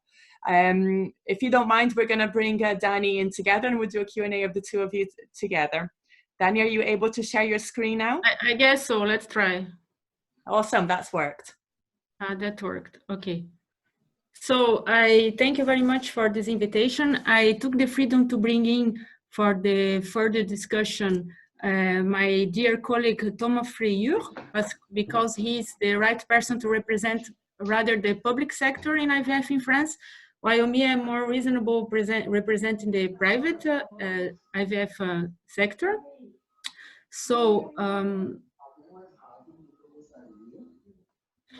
so I think everybody sees well. Okay, Chris. Can you see it well? Yeah, I think in order to understand a little bit of where we stand in France with the COVID crisis, I think it's interesting to show the chronology of this virulence event in France. The first cases are actually coming up with people that came from China, and it was in 24th of January. And actually the first death that occurred outside of Asia was in France in 14th of February. But in fact, what is very interesting is that the outbreak of this virus in France was caused by a very famous gathering from a Christian church in northeast of France, which is a small city called Mulhouse. And they start realizing that this event involves 2,500 people, and they start realizing that there are 11 people that suddenly felt sick in that region, and the health system authorities arrived to the conclusion that they all are in this gathering. So they try to start gathering and tracing down the people, which was very difficult because when the people came to this event, they did not identify themselves. So we didn't know who was present or not present. And just some time later, they found out that a lot of people came not only from France, but also overseas. So they saw that some people came back home to Guyana, Africa, Switzerland, and even Corsica. So this was the main event that caused an outbreak in France, but also spread also overseas. So what happens is that about 10 days later of all these cases coming up, and also because of the chaotic situation in Italy, in our neighbors in Italy and in Spain, our President Macron then announced the closure of the schools and universities. And this already to us in IVF caused, also to other sectors, of course, but we are talking about IVF, caused a very strong impact in human resources because by law, the people who have kids, they could get their license for childcare. So lots of our employees and technicians, they had kids, and immediately they are put they stayed at home with their kids. So we had still patients in the laboratory, but very, very, very shortage of personnel. And a few days later, then they announced the finally 15 days lockdown, which also to decrease the impact, this for us was also impacting the trust of patients, because we as medical care providers and also as citizen responsible also have our responsibility. So we also wanted to minimize the trust of patients. So this lockdown is now announced until 15th of April. And now you can see here an example in what's happening in France, because I think just to show that we are right now reaching the peak. So we have about 500 deaths in the last 3 days, and actually from yesterday to today I've seen it 800 deaths in France. So I think we are really reaching the peak right now. And in the darkest colors, you can see here in Paris, mainly the region of Paris, you have more than 1,000 hospitalizations already that occurred. So what happens is that as soon as Macron announced this closure of schools, even before announcing the lockdown, the Agence of Biomedicine, which is the organ here that it's responsible to coordinate medical and scientific policies in France, released a recommendation telling us that we had to postpone all the start of IVF cycles and all the activities that go along with IVF, that we had to undergo freeze-off for oocytes and embryos, so do not transfer fresh transfers, and for asymptomatic patients to completely stop the treatment, to also postpone all the donor activities, and just carry out fertility preservation for urgent situations and oncological patients. What happens that I think in France is a little bit difficult. I mean, Thomas can tell him his opinion on that, but since it is true that the social system takes care of the patients, it was not so difficult to convince patients to freeze their embryos and oocytes. At least me, I spent the whole week talking to patients, and they are kind of understandable of that situation. So what happens is that by the end of March, there is no more IVF going on. There was no more IVF going on in France, actually. Now, to understand really the impact of this COVID in France, I think you have also to understand how are organized the laboratories in France, because it's a little bit particular compared to some other countries. So we have about 100 IVF laboratories, which is equally distributed in private and public, and we perform about 100,000 cycles a year. These, as I mentioned, so the cycles are covered by the social system, and they are very well regulated by the Agence de Biomedicine and by the regional authorities. So to open an IVF lab, you have to have it's very strict authorization. They control very well the number of laboratories existent per region. And in fact, an IVF laboratory can be only performed as part of a clinical laboratory of analysis, cannot be an independent, and this clinical laboratory of analysis has to be part of a hospital or a clinic that is coupled to a maternity. So you cannot have a laboratory independent. And I show here an example of our group, because I think it's a good example, because it's one of the largest in France. As for instance, our private laboratory group has 360 clinical laboratories in France, and only 7 are IVF laboratories because of this restriction in law. Otherwise, we would have much more laboratories. So what happens is that the impact for us was mostly in the human resources, because as Laura also mentioned before, in the public sector, we had to have a whole reorganization of the IVF personnel to manage the COVID crisis. So a strong, heavy reassignment of professionals happened. With the technicians, as we call it, our embryologists, they have been to undergo formation in the other sectors that are in need, like in clinical sectors for gasometry or virology exams in cases of urgency, to also substitute people who are missing because of the disease, because we have quite a lot of people that fell sick. Also, the personnel fell sick. The nurses, midwife, they went to work in another sectors in need, gynecology, emergency. The physicians, they went through formation for the COVID, for eventual first-line medical care. And also we had the lockdown of the clinics themselves, the directorship of the clinics, they locked down all what is not urgent surgeries and invasive diagnosis, or stopped. And the biologists, so the physicians, they are more in the teleconsultation and in the formation for this need for the COVID. The biologists, and also Thomas can tell a little bit more, in the public sector, they are now as a backup for the other biologists in the clinical laboratory, in case there is a need for that. In the private sector, there is also a huge reorganization, but for us, because we went at 60% down of our analysis, we lost in 1 week more than 50 million euro, and we then the laboratory put in partial employment mostly of the personnel all over the private laboratories in France. The nurses that work in IVF lab, they went more to help the blood sample collections. The nurses that work in the clinic and in the hospitals, they are also distributed to the sectors that are more needed, as surgeries and emergencies. The physicians also went to formation, and they are, some of them, working in the first line medical care. And the biologists, the lab management, they also work as a backup for the biologists in the clinical laboratory, and they are now undergoing formation because we are establishing what we call it the drive of the depistage. So the laboratories now are more centralized in developing the serology tests for the triage when we have to come out of the lockdown, and also to make the diagnosis for people that are in a very strong suspicion of the COVID. So we have IVF biologists that have all day spending in the tent, because it's a very long-lasting technique. It's 5 to 10 minutes per patient, because you have to test and you have to change completely, and you have to before you go through another patient. So you really need people for that.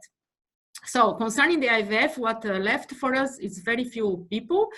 Some laboratories, they keep 1 to 2 technicians to assure the fertility preservation, the cryo storage room, and some administrative work. Physicians, they do teleconsultations, only teleconsultations that they take hold, of course, of obstetrics and deliveries, because a lot of our physicians are gynecologists in obstetrics.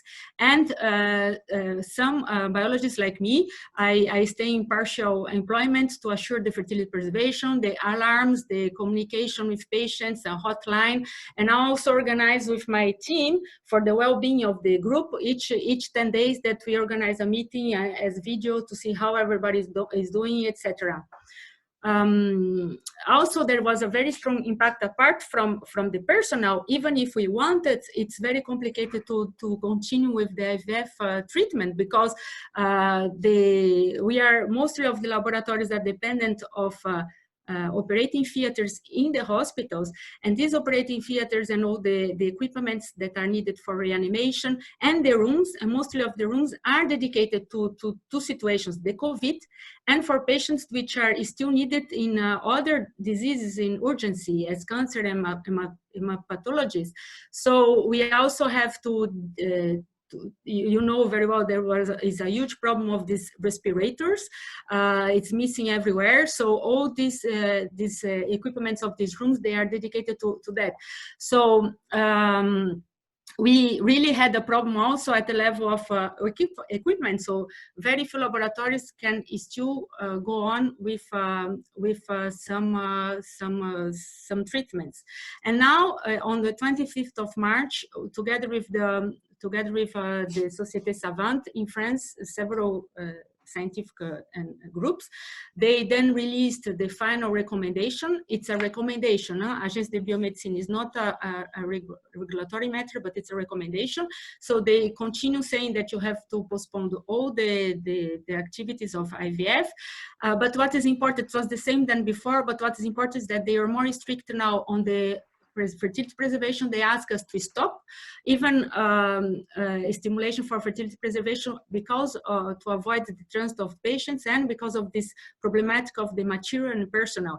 And I can tell you that we did some fertility preservation, and now we are just reducing our fertility preservation to really urgent and highly gonadotoxic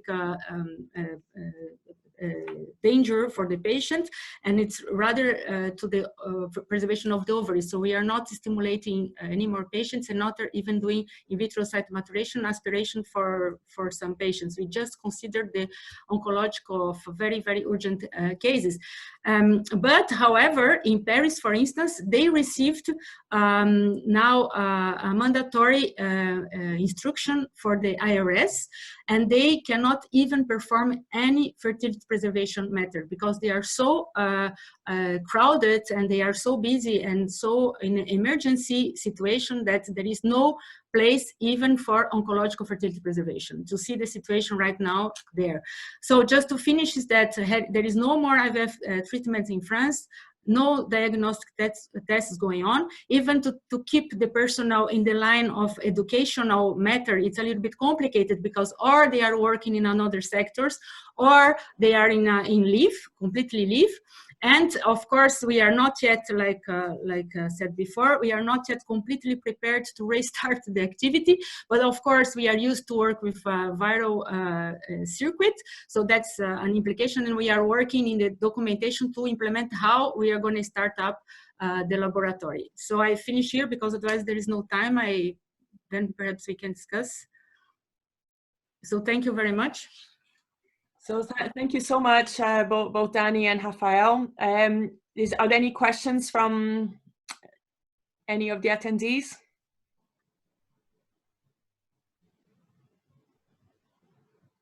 I know it takes a second to unmute. I just want to add, while somebody's thinking about the question, that what we are surely going to do is to work, because we are coupled with these laboratories, clinical laboratories in the triage of the patients, that's for sure. This we are going to implement it. And maybe Toma can give an input as well. Toma Freyur, if he's present. Yes. Can you hear me? Yes. Okay. Thank you very much, Danny. I have nothing specific to add what you said. We are maybe in a slightly different situation, because in my hospital we are the main site for COVID care in the whole area as a public university hospital. So most of my staff have been reassigned to other labs or other sectors, but more or less it's all the same. I just want to highlight what has been said before by everyone. That we have, as lab managers, we have, in my opinion, to take great care of our staff, and of course maintain as much contact and relationship as possible, try to take care and hear their fears and anxiety. It's not only about safety, because this is obvious about the virus, but it's also everything what's going on around the virus and the whole situation, and try to, I mean, we cannot take care of their families and we cannot be at home with them, but just try to include these considerations. It's more or less psychological support. I'm not a psychologist, of course, but try to take care of this as a whole when we are thinking about restarting the activity, because at least for a while, it's not going to be the same that it used to be before. So I have no solution to provide to the group. I mean, I'm not a magician, but I'm just, I mean, personally, I'm trying to figure out which kind of support would be best for them to go through these troubled times. Yeah, I think you make a really, really good point, Thomas. Any of the London clinics want to mention about support of staff, what they're doing?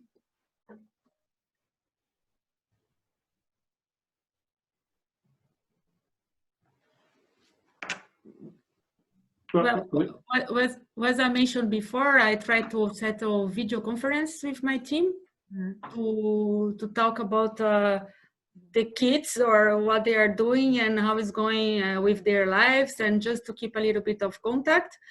But it's very funny because we are also very busy calling our family all the time. Huh? It's fast, the time fast. So I think one good way is to make a meeting with them, just to, you know, to see how things are going.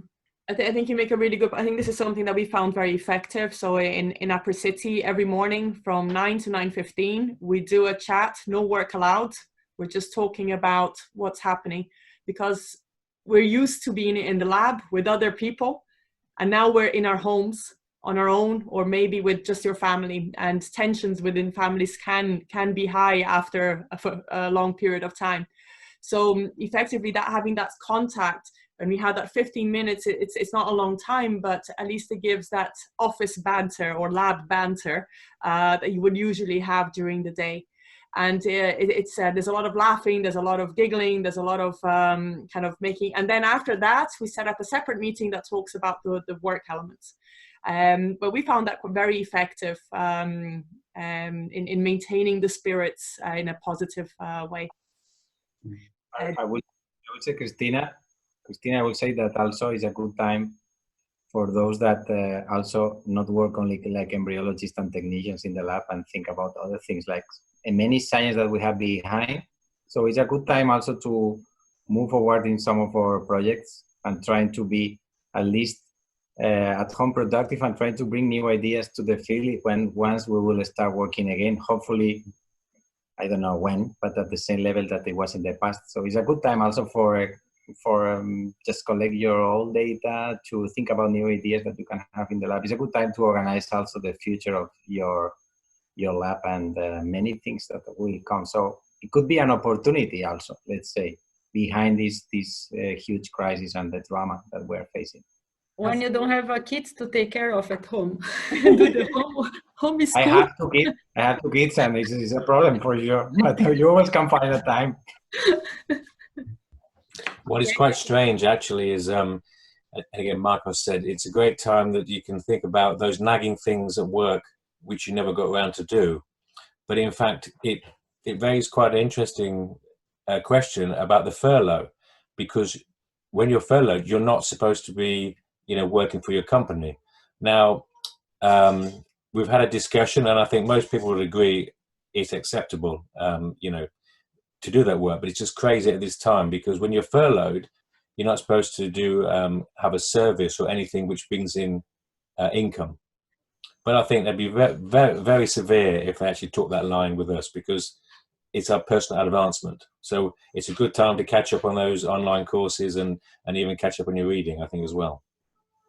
I was questioning that also. If you can send for example, a paper, something like that, if you are not really actually working in the lab, you can submit a publication with the company that you're working with. Some questions that still are in there, but I guess that this is something only temporary, hopefully. Okay. We're very lucky in Australia.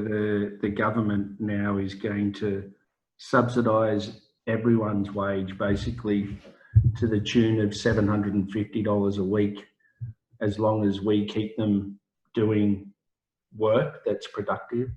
So Giles and Marcos, developing papers, analysing data, and that is all allowed under that system.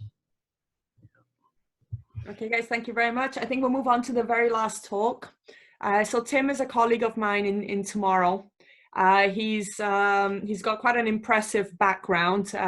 He's got 20 years of biobanking and biorepository experience. He's currently the Managing Director of Operations in Tomorrow Life Sciences. And he's the primary architect of the Tomorrow Specimen Management Solution, which combines technologies using biobanking, diagnostic labs, operations, pharmaceutical development and distribution. So Tim has had a background where he's been responsible for volumes such as like 27 million specimens. So it's a completely different scale to what we manage in IVF, but gives a perspective that in the chat that has been happening alongside this symposium, there's been a lot of questions referring to the cryostorage. So Anna, it would be great to have you on the Q&A session after as well, because your experience with regards to cryostorage together with Tim's, I think would be very useful for the group. So thank you very much, Tim.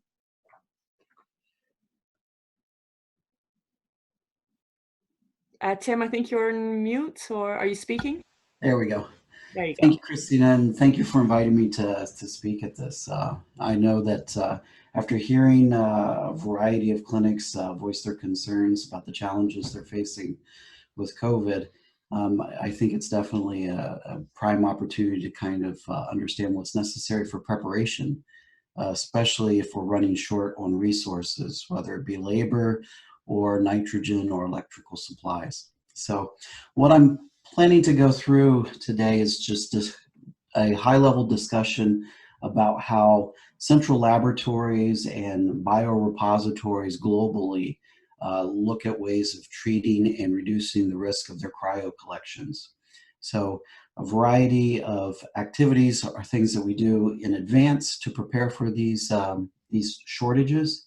And then we also look at things that can be done while the shortages are occurring that can save us from having to sacrifice any specimens.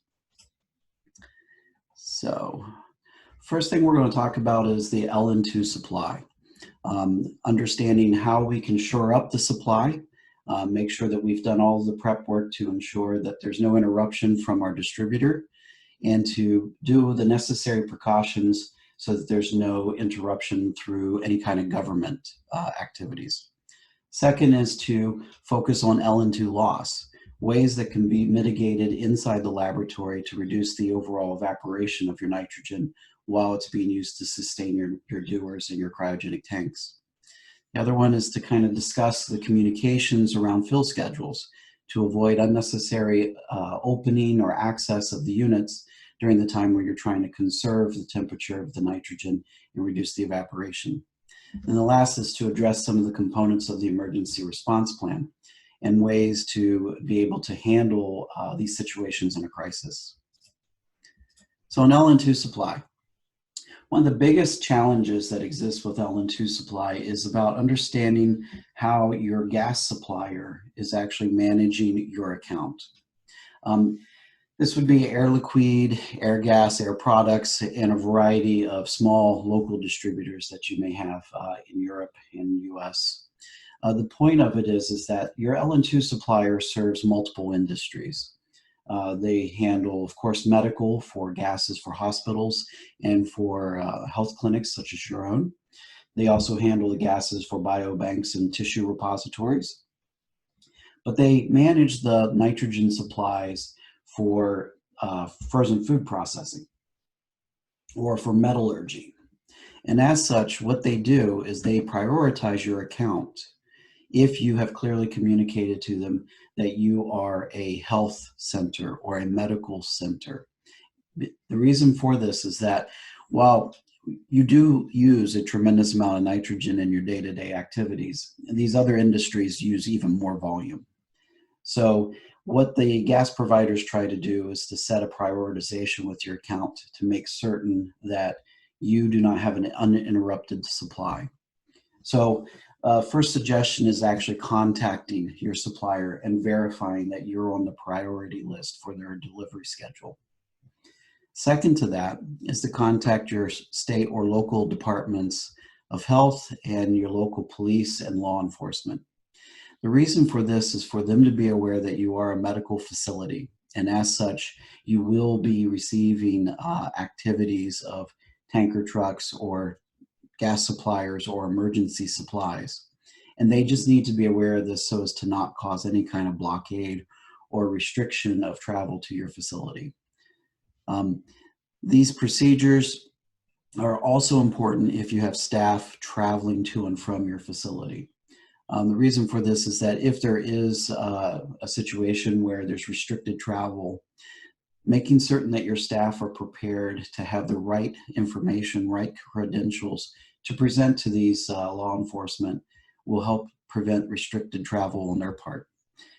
Some cases in some countries, the health people will have badges or some other element that's added to their identification that can be used to allow them to go through these barriers.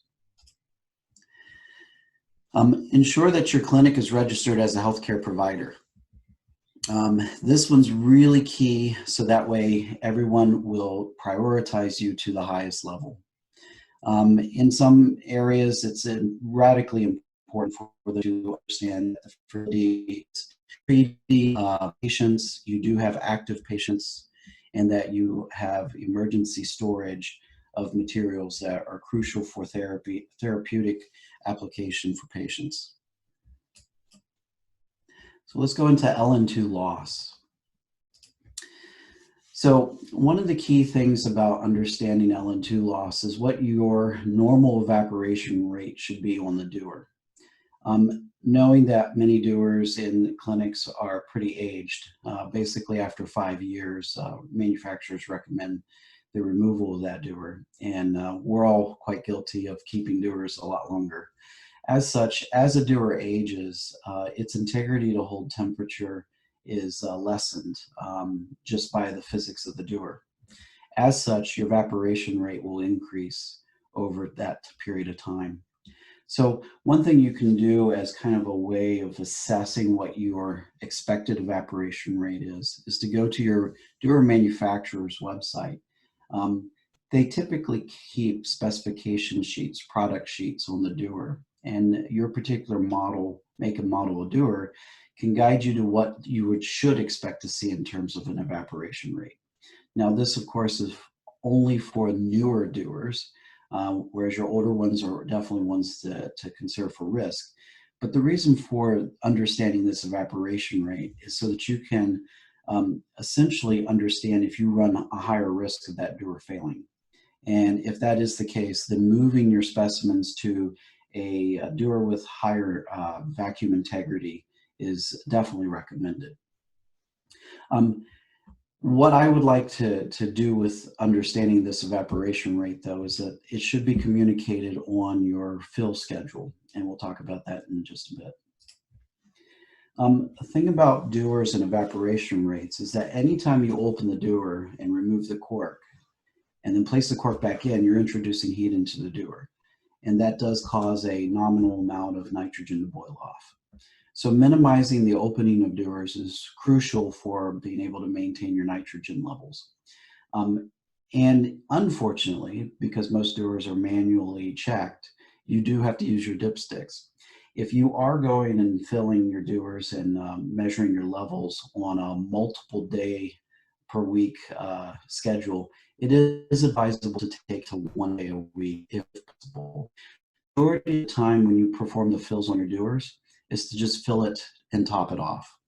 If you're doing that activity, the actual measuring is only there for the purpose of understanding your boil off rate. So when you're dealing with restricted nitrogen, it's really unnecessary for you to focus on that boil off rate as compared to just keeping that dewar topped off. Another thing to consider while doing this is understanding that nitrogen is a continuously degraded resource, meaning that the nitrogen, no matter how you've stockpiled it, will always be evaporating.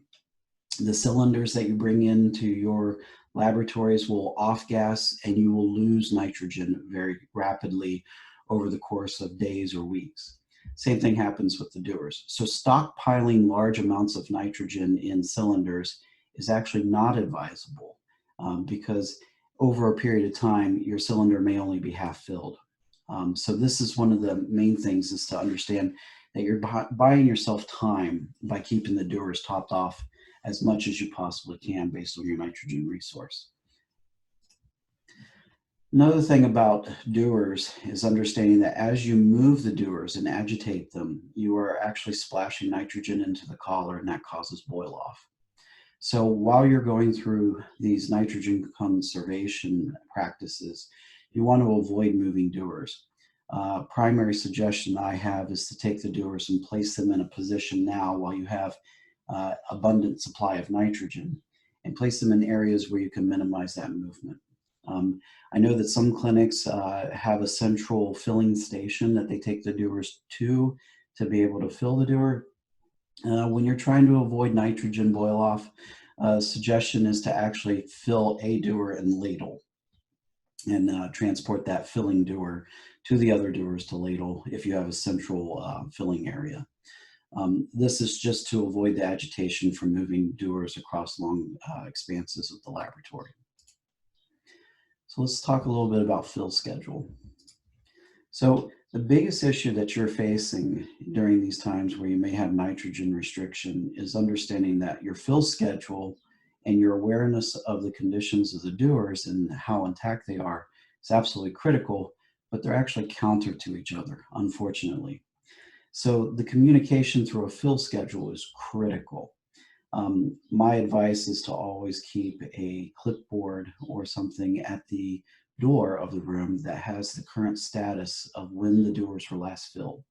The reason for this is to avoid having to open the dewars for unnecessary activities, but also if you start to notice some of the signs of distress or sweating or any of the other aspects of dewar failure, you can assess based off of when it was last filled, if it was due to an overfill event, such as liquid filled up into the collar, and when the cork was pressed down, the liquid caused the outside of the tank to cool off and therefore cause the sweat.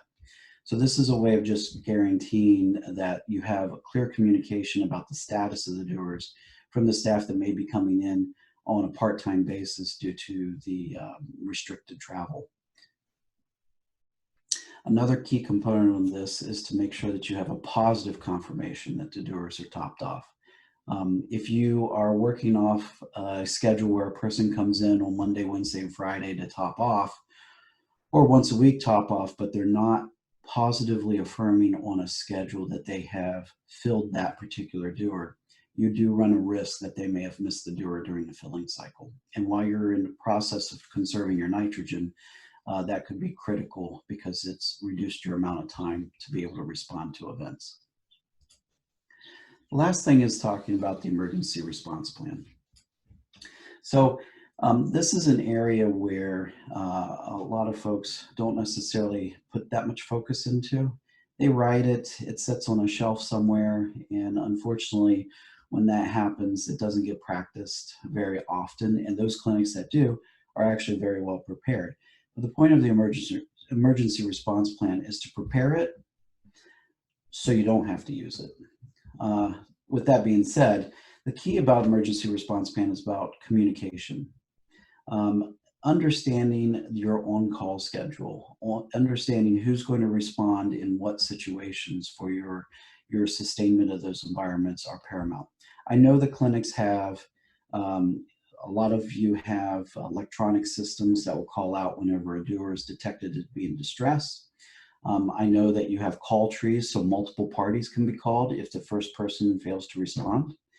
And I know that you also have, some have limitations on where you can travel while you're on this on-call schedule. All of these things should be in consideration and written down so everybody's clear on it. Large biorepositories, for example, I'll use the one that I had at the NCI. Whenever a person was placed on call duty, so they were officially number one on the call tree, they were not allowed to be outside of a 45-minute radius from the repository. So within 45 minutes, they needed to be able to be on site.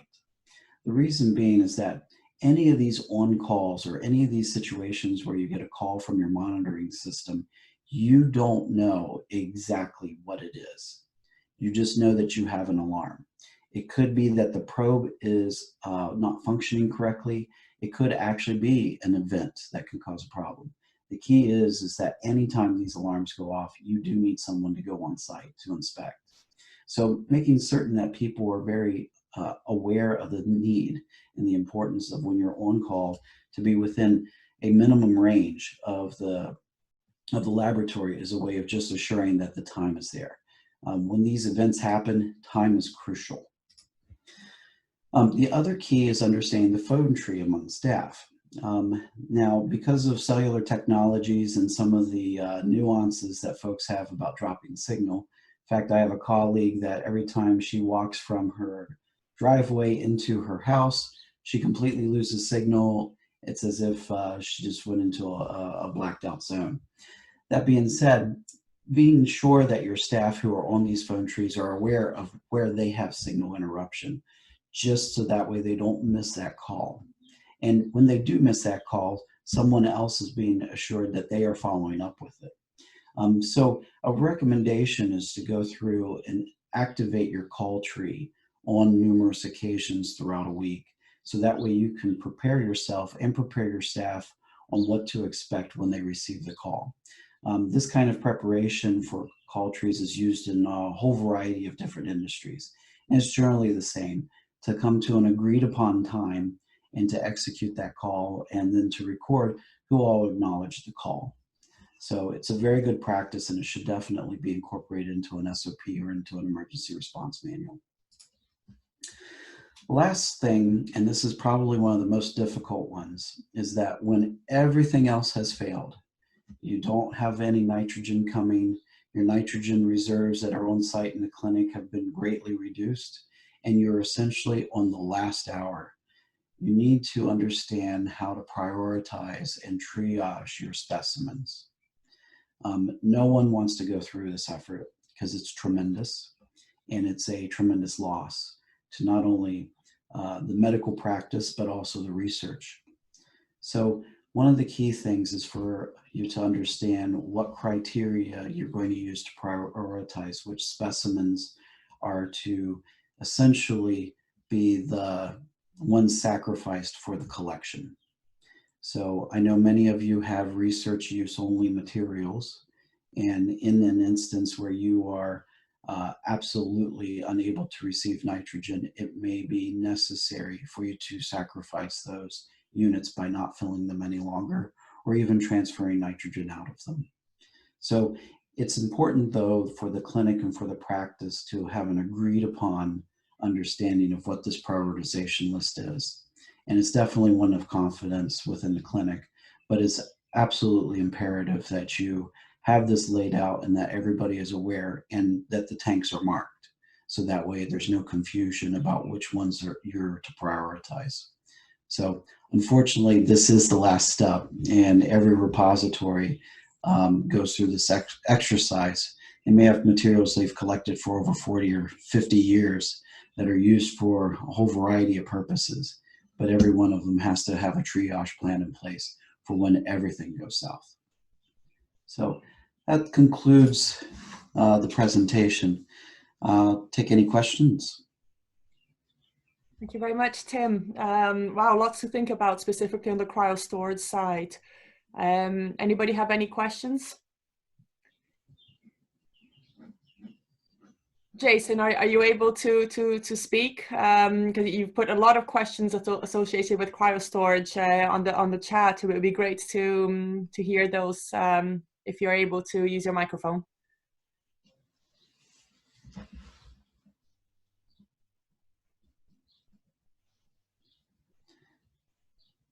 Okay, maybe we'll relay some of them.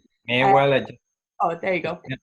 No, Marcos, just me wondering, I mean, I never thought that we will have a problem with the liquid nitrogen supply here in Spain. I mean, we never imagined that, but maybe it's possible. I don't know if the situation moves to a worst scenario or something like that. But it's a point that, I mean, I never imagined, I have to admit, that scenario will happen, that we were unable to get liquid nitrogen in the clinic.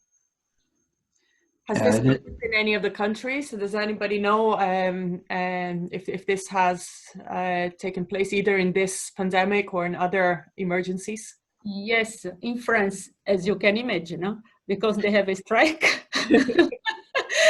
And even the suppliers, they entered the strike. It did happen, and we had to, as a lab manager, we had to switch on the vigilance, Agence de Biomédecine, because they also take care of material vigilance and everything related to that, to reactivate the managers of the local suppliers. And this all by written, and then they opened an exception to the IVF clinic is really regionally here. At the other states, the other place might have been the same. So yeah, it did happen in France. It's not a surprise. Yeah, there are definitely cases where these kind of restrictions happen in small regions or in actually in even large regions. Either a gas supply plant has to go through extensive maintenance. I recall Airgas, I think it was about 2 or 3 years ago, had several failures in some of their gas plants, and it ended up impacting the nitrogen supply in the eastern US. So these things do happen. They don't necessarily correspond directly with a pandemic, but it is an important factor to keep in mind whenever you're looking at your emergency plans. And exactly, because this happened already here before because of a strike, we immediately contacted the suppliers to assure ourselves that during this pandemic, we are not going to have problems with it. So everything was by written and etc. Certainly, depending on the areas where you're at. I used to manage the entire biorepository for California Cryobank in California, and when there's an earthquake in California, we do have problems with liquid nitrogen delivery. So we've had to plan for those kinds of situations as well. Certainly the liquid nitrogen suppliers guys were one of the first groups that we contacted, and in fact we went outside and have letters of assurance from 2 backup suppliers if we need. Yeah, definitely having a backup supply makes a difference. And this goes to an earlier discussion about the different grades of nitrogen used for practices. When you're in these kind of situations with the liquid being restricted, it's definitely advisable to find secondary sources. So ironically enough, if you can't get the gas from your normal supplier, you could potentially interface with one of these other industries, the frozen food, for example, because they contain these giant bulk systems that can maintain liquid for 3 to 4 weeks without any interruption. And if they're in a restricted mode, they would be more than willing to sacrifice some of their nitrogen for continuation of a medical practice. So just identifying these in the area would be advantageous whenever you run these risks. Tim, there were a lot of questions in the chat, a lot of discussion actually, different points of view there regarding the storage of samples that are coming now once we reopen the clinics in the era of COVID. Should we be putting them in a separate deworm? Should we be considering separate tanks in the situation where they might be viral positive, but we're not really detectable from the tests and so on? So could you comment on that? Yeah, you know, it was actually quite a nice discussion, the talk about the receptors and the fact of the virus potentially or not potentially infecting the cells. I will say that tissue banking practices, you do segregate all of your infectious material from your non-infectious. But the lack of understanding about this particular virus's impact on gametes is really the challenge that we have here. We know that whenever we place material into cryogenic storage accompanied by viruses or other pathogens, that those pathogens are in an inactive state. So it's typically when you remove the material that you risk the potential transfer from an external source. This is during thawing events or any other specimen handling areas. So I think that, you know, the chat, there were several discussions about how to disinfect vapor shippers, which are tricky in and of itself. I personally like to use a vapor shipper that has a metal canister in it. So that way all of my materials are maintained in that metal canister and doesn't make contact with the remainder of the vapor shipper. But vapor shippers contain an absorbent material. And when you disinfect, the challenge is that the type of disinfectant you use can block the binding of the nitrogen or the absorption of the nitrogen in this material, and therefore reduce the effection or the effectiveness of the vapor shipper. So you wouldn't necessarily want to go through that. But I do think, though, there was plenty of comments about people handling these shippers during their movement from one point to another, and the risk of virus existing on the outside of the shipper. So there was comments about disinfecting the outside of the shipper. I think that is absolutely paramount during this time, is to just do a wipe down of the shipper with a very strong disinfectant or detergent. And then internally in the shipper, the best method to do it is a full saturation, but I think that the risk of transfer is minimal. Now, as far as dewars, because there's so much unknown about this virus and the impact, it may be advisable to segregate. But at this stage, though, I think it's based on what the clinic's resources allow them. Tim, can I ask you a question? I suppose, given your experience in cryopreservation and what you guys are involved in, do you guys have any access to studies or data or otherwise of viral transmission through liquid nitrogen-based systems? So I've done a pretty exhaustive literature review with the Society of Cryobiology. It's an international organization that looks at maintaining cryopreserved cells and materials and tissues in nitrogen storage and viral transfer and bacterial and fungal transfer in nitrogen. And in the majority of the studies, you really have to spike the liquid reserve with a high level virus to get detectable limits, just because typically materials that are introduced into a cryogenic environment, liquid phase environment, are usually in a secondary or primary container where they're not directly in contact with the liquid. Now, I know that some of the materials that are used, cryo devices used in embryology, are open systems. And for what it's worth, I just can't see the material having enough of a reservoir for virus transmission when it's introduced into the tank. So I think it's more going to be about regulation and less so about the actual science. Thank you. Okay, so I thought we could maybe, are there any more questions on cryo storage? So I thought maybe we could open like a general discussion with everybody, not just the speakers. In fact, it would be great to hear from some of you from different countries that haven't been represented. So please unmute if you wanna speak. Whilst you're thinking about it, I thought I'd raise one of the points that came from one of the speakers about suggestions, because we do need to think about what we're going to do when we reopen the clinics, and do we need to adapt our practices, and how, what is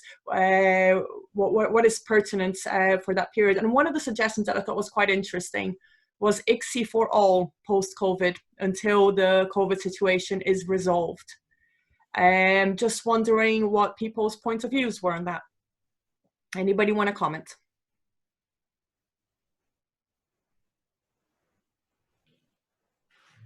Laura, go for it. Sorry, Laura, we can't hear you. Just if you can unmute yourself. Yes. There you go. Sorry. For me, there are no evidence to suggest ICSI for all. I mean, we are always at risk to be exposed to virus. Coronavirus is more dangerous because of infection, but in reproductive cell, I don't think that we should change our protocols. There are no evidence to change protocols. This includes, of course, ICSI. It includes every stages. I mean, if we start to be scared like this, then it should be for every day of our life in the future, because we are always exposed to virus. So I don't see clear evidence to change the modality of insemination or cryopreservation. I think that we should only implement very strict protocol for avoiding cross-contamination, as we do for other types of virus, but not changing our clinical protocol of insemination or other strategies. Also, because if you think about technically, I don't see how much it changed much, because at the end of the day, what makes us frightened is you wash the sperm, and afterwards you mix it with your oocyte, which has the common cells, but the day after you remove the common cells. So technically, I also don't see the point actually. Do any of the clinics treat HIV positive patients, and is it in their protocol that for these cases where the virology comes back positive, is ICSI mandatory in those cases or not? What is the general practice? Well, the HIV patients, ICSI is not necessarily mandatory when you do sperm washing, and in fact, there are other possibilities, but it's true that normally, because of the procedure by itself, is reducing the amount of sperm available by the sperm washing. In many times you need to do ICSI, like the option. So just the sperm washing by itself reduces a lot the amount of sperm available. But it's true that we always did the ICSI in all HIV patients. Even that the sperm is washed and there is a negative PCR in the sperm, so you don't need to do ICSI mandatory, sure. We do standard preps for hepatitis B and C, but as Marcos says, the extra sperm washing techniques usually reduce the quality and the number of sperm, so then therefore they're more likely to need ICSI, yes.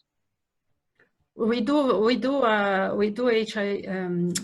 hepatitis, and we don't do it's not an indication for us to do ICSI. We do it IVF when it's not an indication. Of course, if the sperm quantity is reduced, this is an indication for ICSI by itself. I would agree with that. I mean, if a sperm quantity. But I think that viruses like HIV and hepatitis are completely different, and much more dangerous through blood and reproductive cells. So I don't think we can really compare the two infections. I think hepatitis and HIV is much more dangerous than coronavirus when dealing with reproductive cells. Yeah, the point, Laura, is that actually the coronavirus by itself is not more dangerous than any other virus. The problem of coronavirus is how it's spread very quickly and the capacity to infect so many people at the same time. Yeah. But if the infection was considered in a small population and all of us will be tested, we will realize about how is this virus dangerous. It's dangerous because many people at the same time is getting infected, but not by the virus like itself, more than any other. I mean, even if you compare with the other coronavirus existing like the SARS or MERS, that were quite much more dangerous than this one by far. So that's a very important point because everything is infiltrated. Yeah, but the contamination is not through blood. Unlike HIV and hepatitis, the contamination is through air. On the other side, when we deal with blood cells, with reproductive cells, we have a lower risk to cross-contaminate as compared to HIV and hepatitis. In this sense, I was saying. Exactly. Very, very aggressive between people, but not in the IVF lab as far as we know and as far as we compare to other this kind of virus. So we cannot really compare. I was saying that we cannot compare when treating cells, hepatitis, HIV, and coronavirus. I think it's completely a different way of transmission. Of course, in air, between people, between biologists, between gynecologists, between nurses, patient and nurses. There's no sexual transmission. In fact, this virus has no sexual transmission. Exactly. It's less dangerous in our setting, but of course, I would double or triple the measures when talking and when being next to somebody else, and not when dealing with reproductive cells. I want to make this difference between reproductive cells and people's social relationship. Okay. In terms of the other factor that we think about in terms of restarting is that it's likely that there's going to be a little pile up of patients. And I think, Laura, you touched on this, on how you're going to prioritize the patients after the restarting. How do you determine which patients go first? Now, Laura, you mentioned as part of your criteria, advanced maternal age and psychological condition. I'm wondering whether you could expand on that, and I'd love to hear everybody else's thoughts on how do you determine who will have IVF first? So a paper has been published on the dialogue, fertility and sterility dialogue, from the Italian Society of Gynecologists, and it will be a full paper in RBM online. How to make priorities. So this is more a gynecological approach, but even our authority stated that it's not only oncological patients, but are time sensitive, but also advanced maternal age patients, low ovarian reserve. This is the interpretation of the Italian Gynecological Society. So all those patients that to postpone months can affect the future chance of pregnancy. Thinking that if you postpone the stimulation today and she will not get pregnant in 3 months' time, you are postponing 6 months the next stimulation. So imagine how time can be affecting patient future chance of pregnancy, those that have a low chance of pregnancy. So, it's a paper. It's a paper, you can find it online, Fertility and Sterility Dialogue, how to prioritize patients for restarting IVF after the emergency. So there's two kinds of patients according to our experience, because now we are starting to recontact patients that are really willing to do it. So the psychology is also important, the psychology status of the patients. Patient that wants to start even if objectively they are not so much time sensitive. And those that don't want to start, although they are advanced in maternal age. So it's not only a gynecological assessment, but it's something in between the couple that do the request and be in a psychological situation where time is really stressing them, and of course the gynecology, but the gynecological part that has to evaluate if it is really a time sensitive couple. So these are the balance that we are doing to start to think about reintroducing patient in the protocol. We are not yet starting. We are waiting the stop of the peak and the stop of the tight restrictions. Have the other clinics put any criteria in place for that? Have they thought about the fact that they might need the criteria?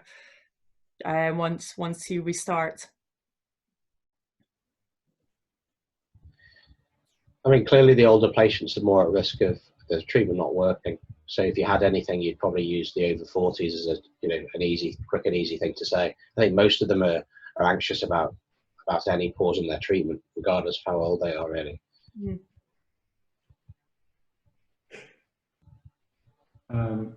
Just to let you know, in the Genea experience, we've quite quickly, and I don't know if there's any other Australians on the line, we've quite quickly moved from a face-to-face provision of medicine to a telemedicine-based approach where doctors are still interacting, or clinicians are still interacting with patients and still able to assess the urgency or otherwise of patients' necessity to access fertility services. So, as other speakers said, I think we're still earlier in this predicament than other countries, but I'm quite sure that we need to develop a criteria that, in effect, ranks patients in regards to that urgency. Okay. Does anybody have any more comments or any particular topics they would like to discuss in the group? Can I ask if any laboratories are helping, especially if they have expertise in genetic testing for the PCR tests, for the COVID tests and things? Are we utilising the laboratories and laboratory scientists for this? I can speak a little bit to the capacity in terms of the hardware and the ability to run through tests in Australia is quite high. There is emerging a lack of skill set amongst scientists to run those assays and to run that equipment, and we're certainly in discussion with both some public providers and private providers to utilise staff where we can.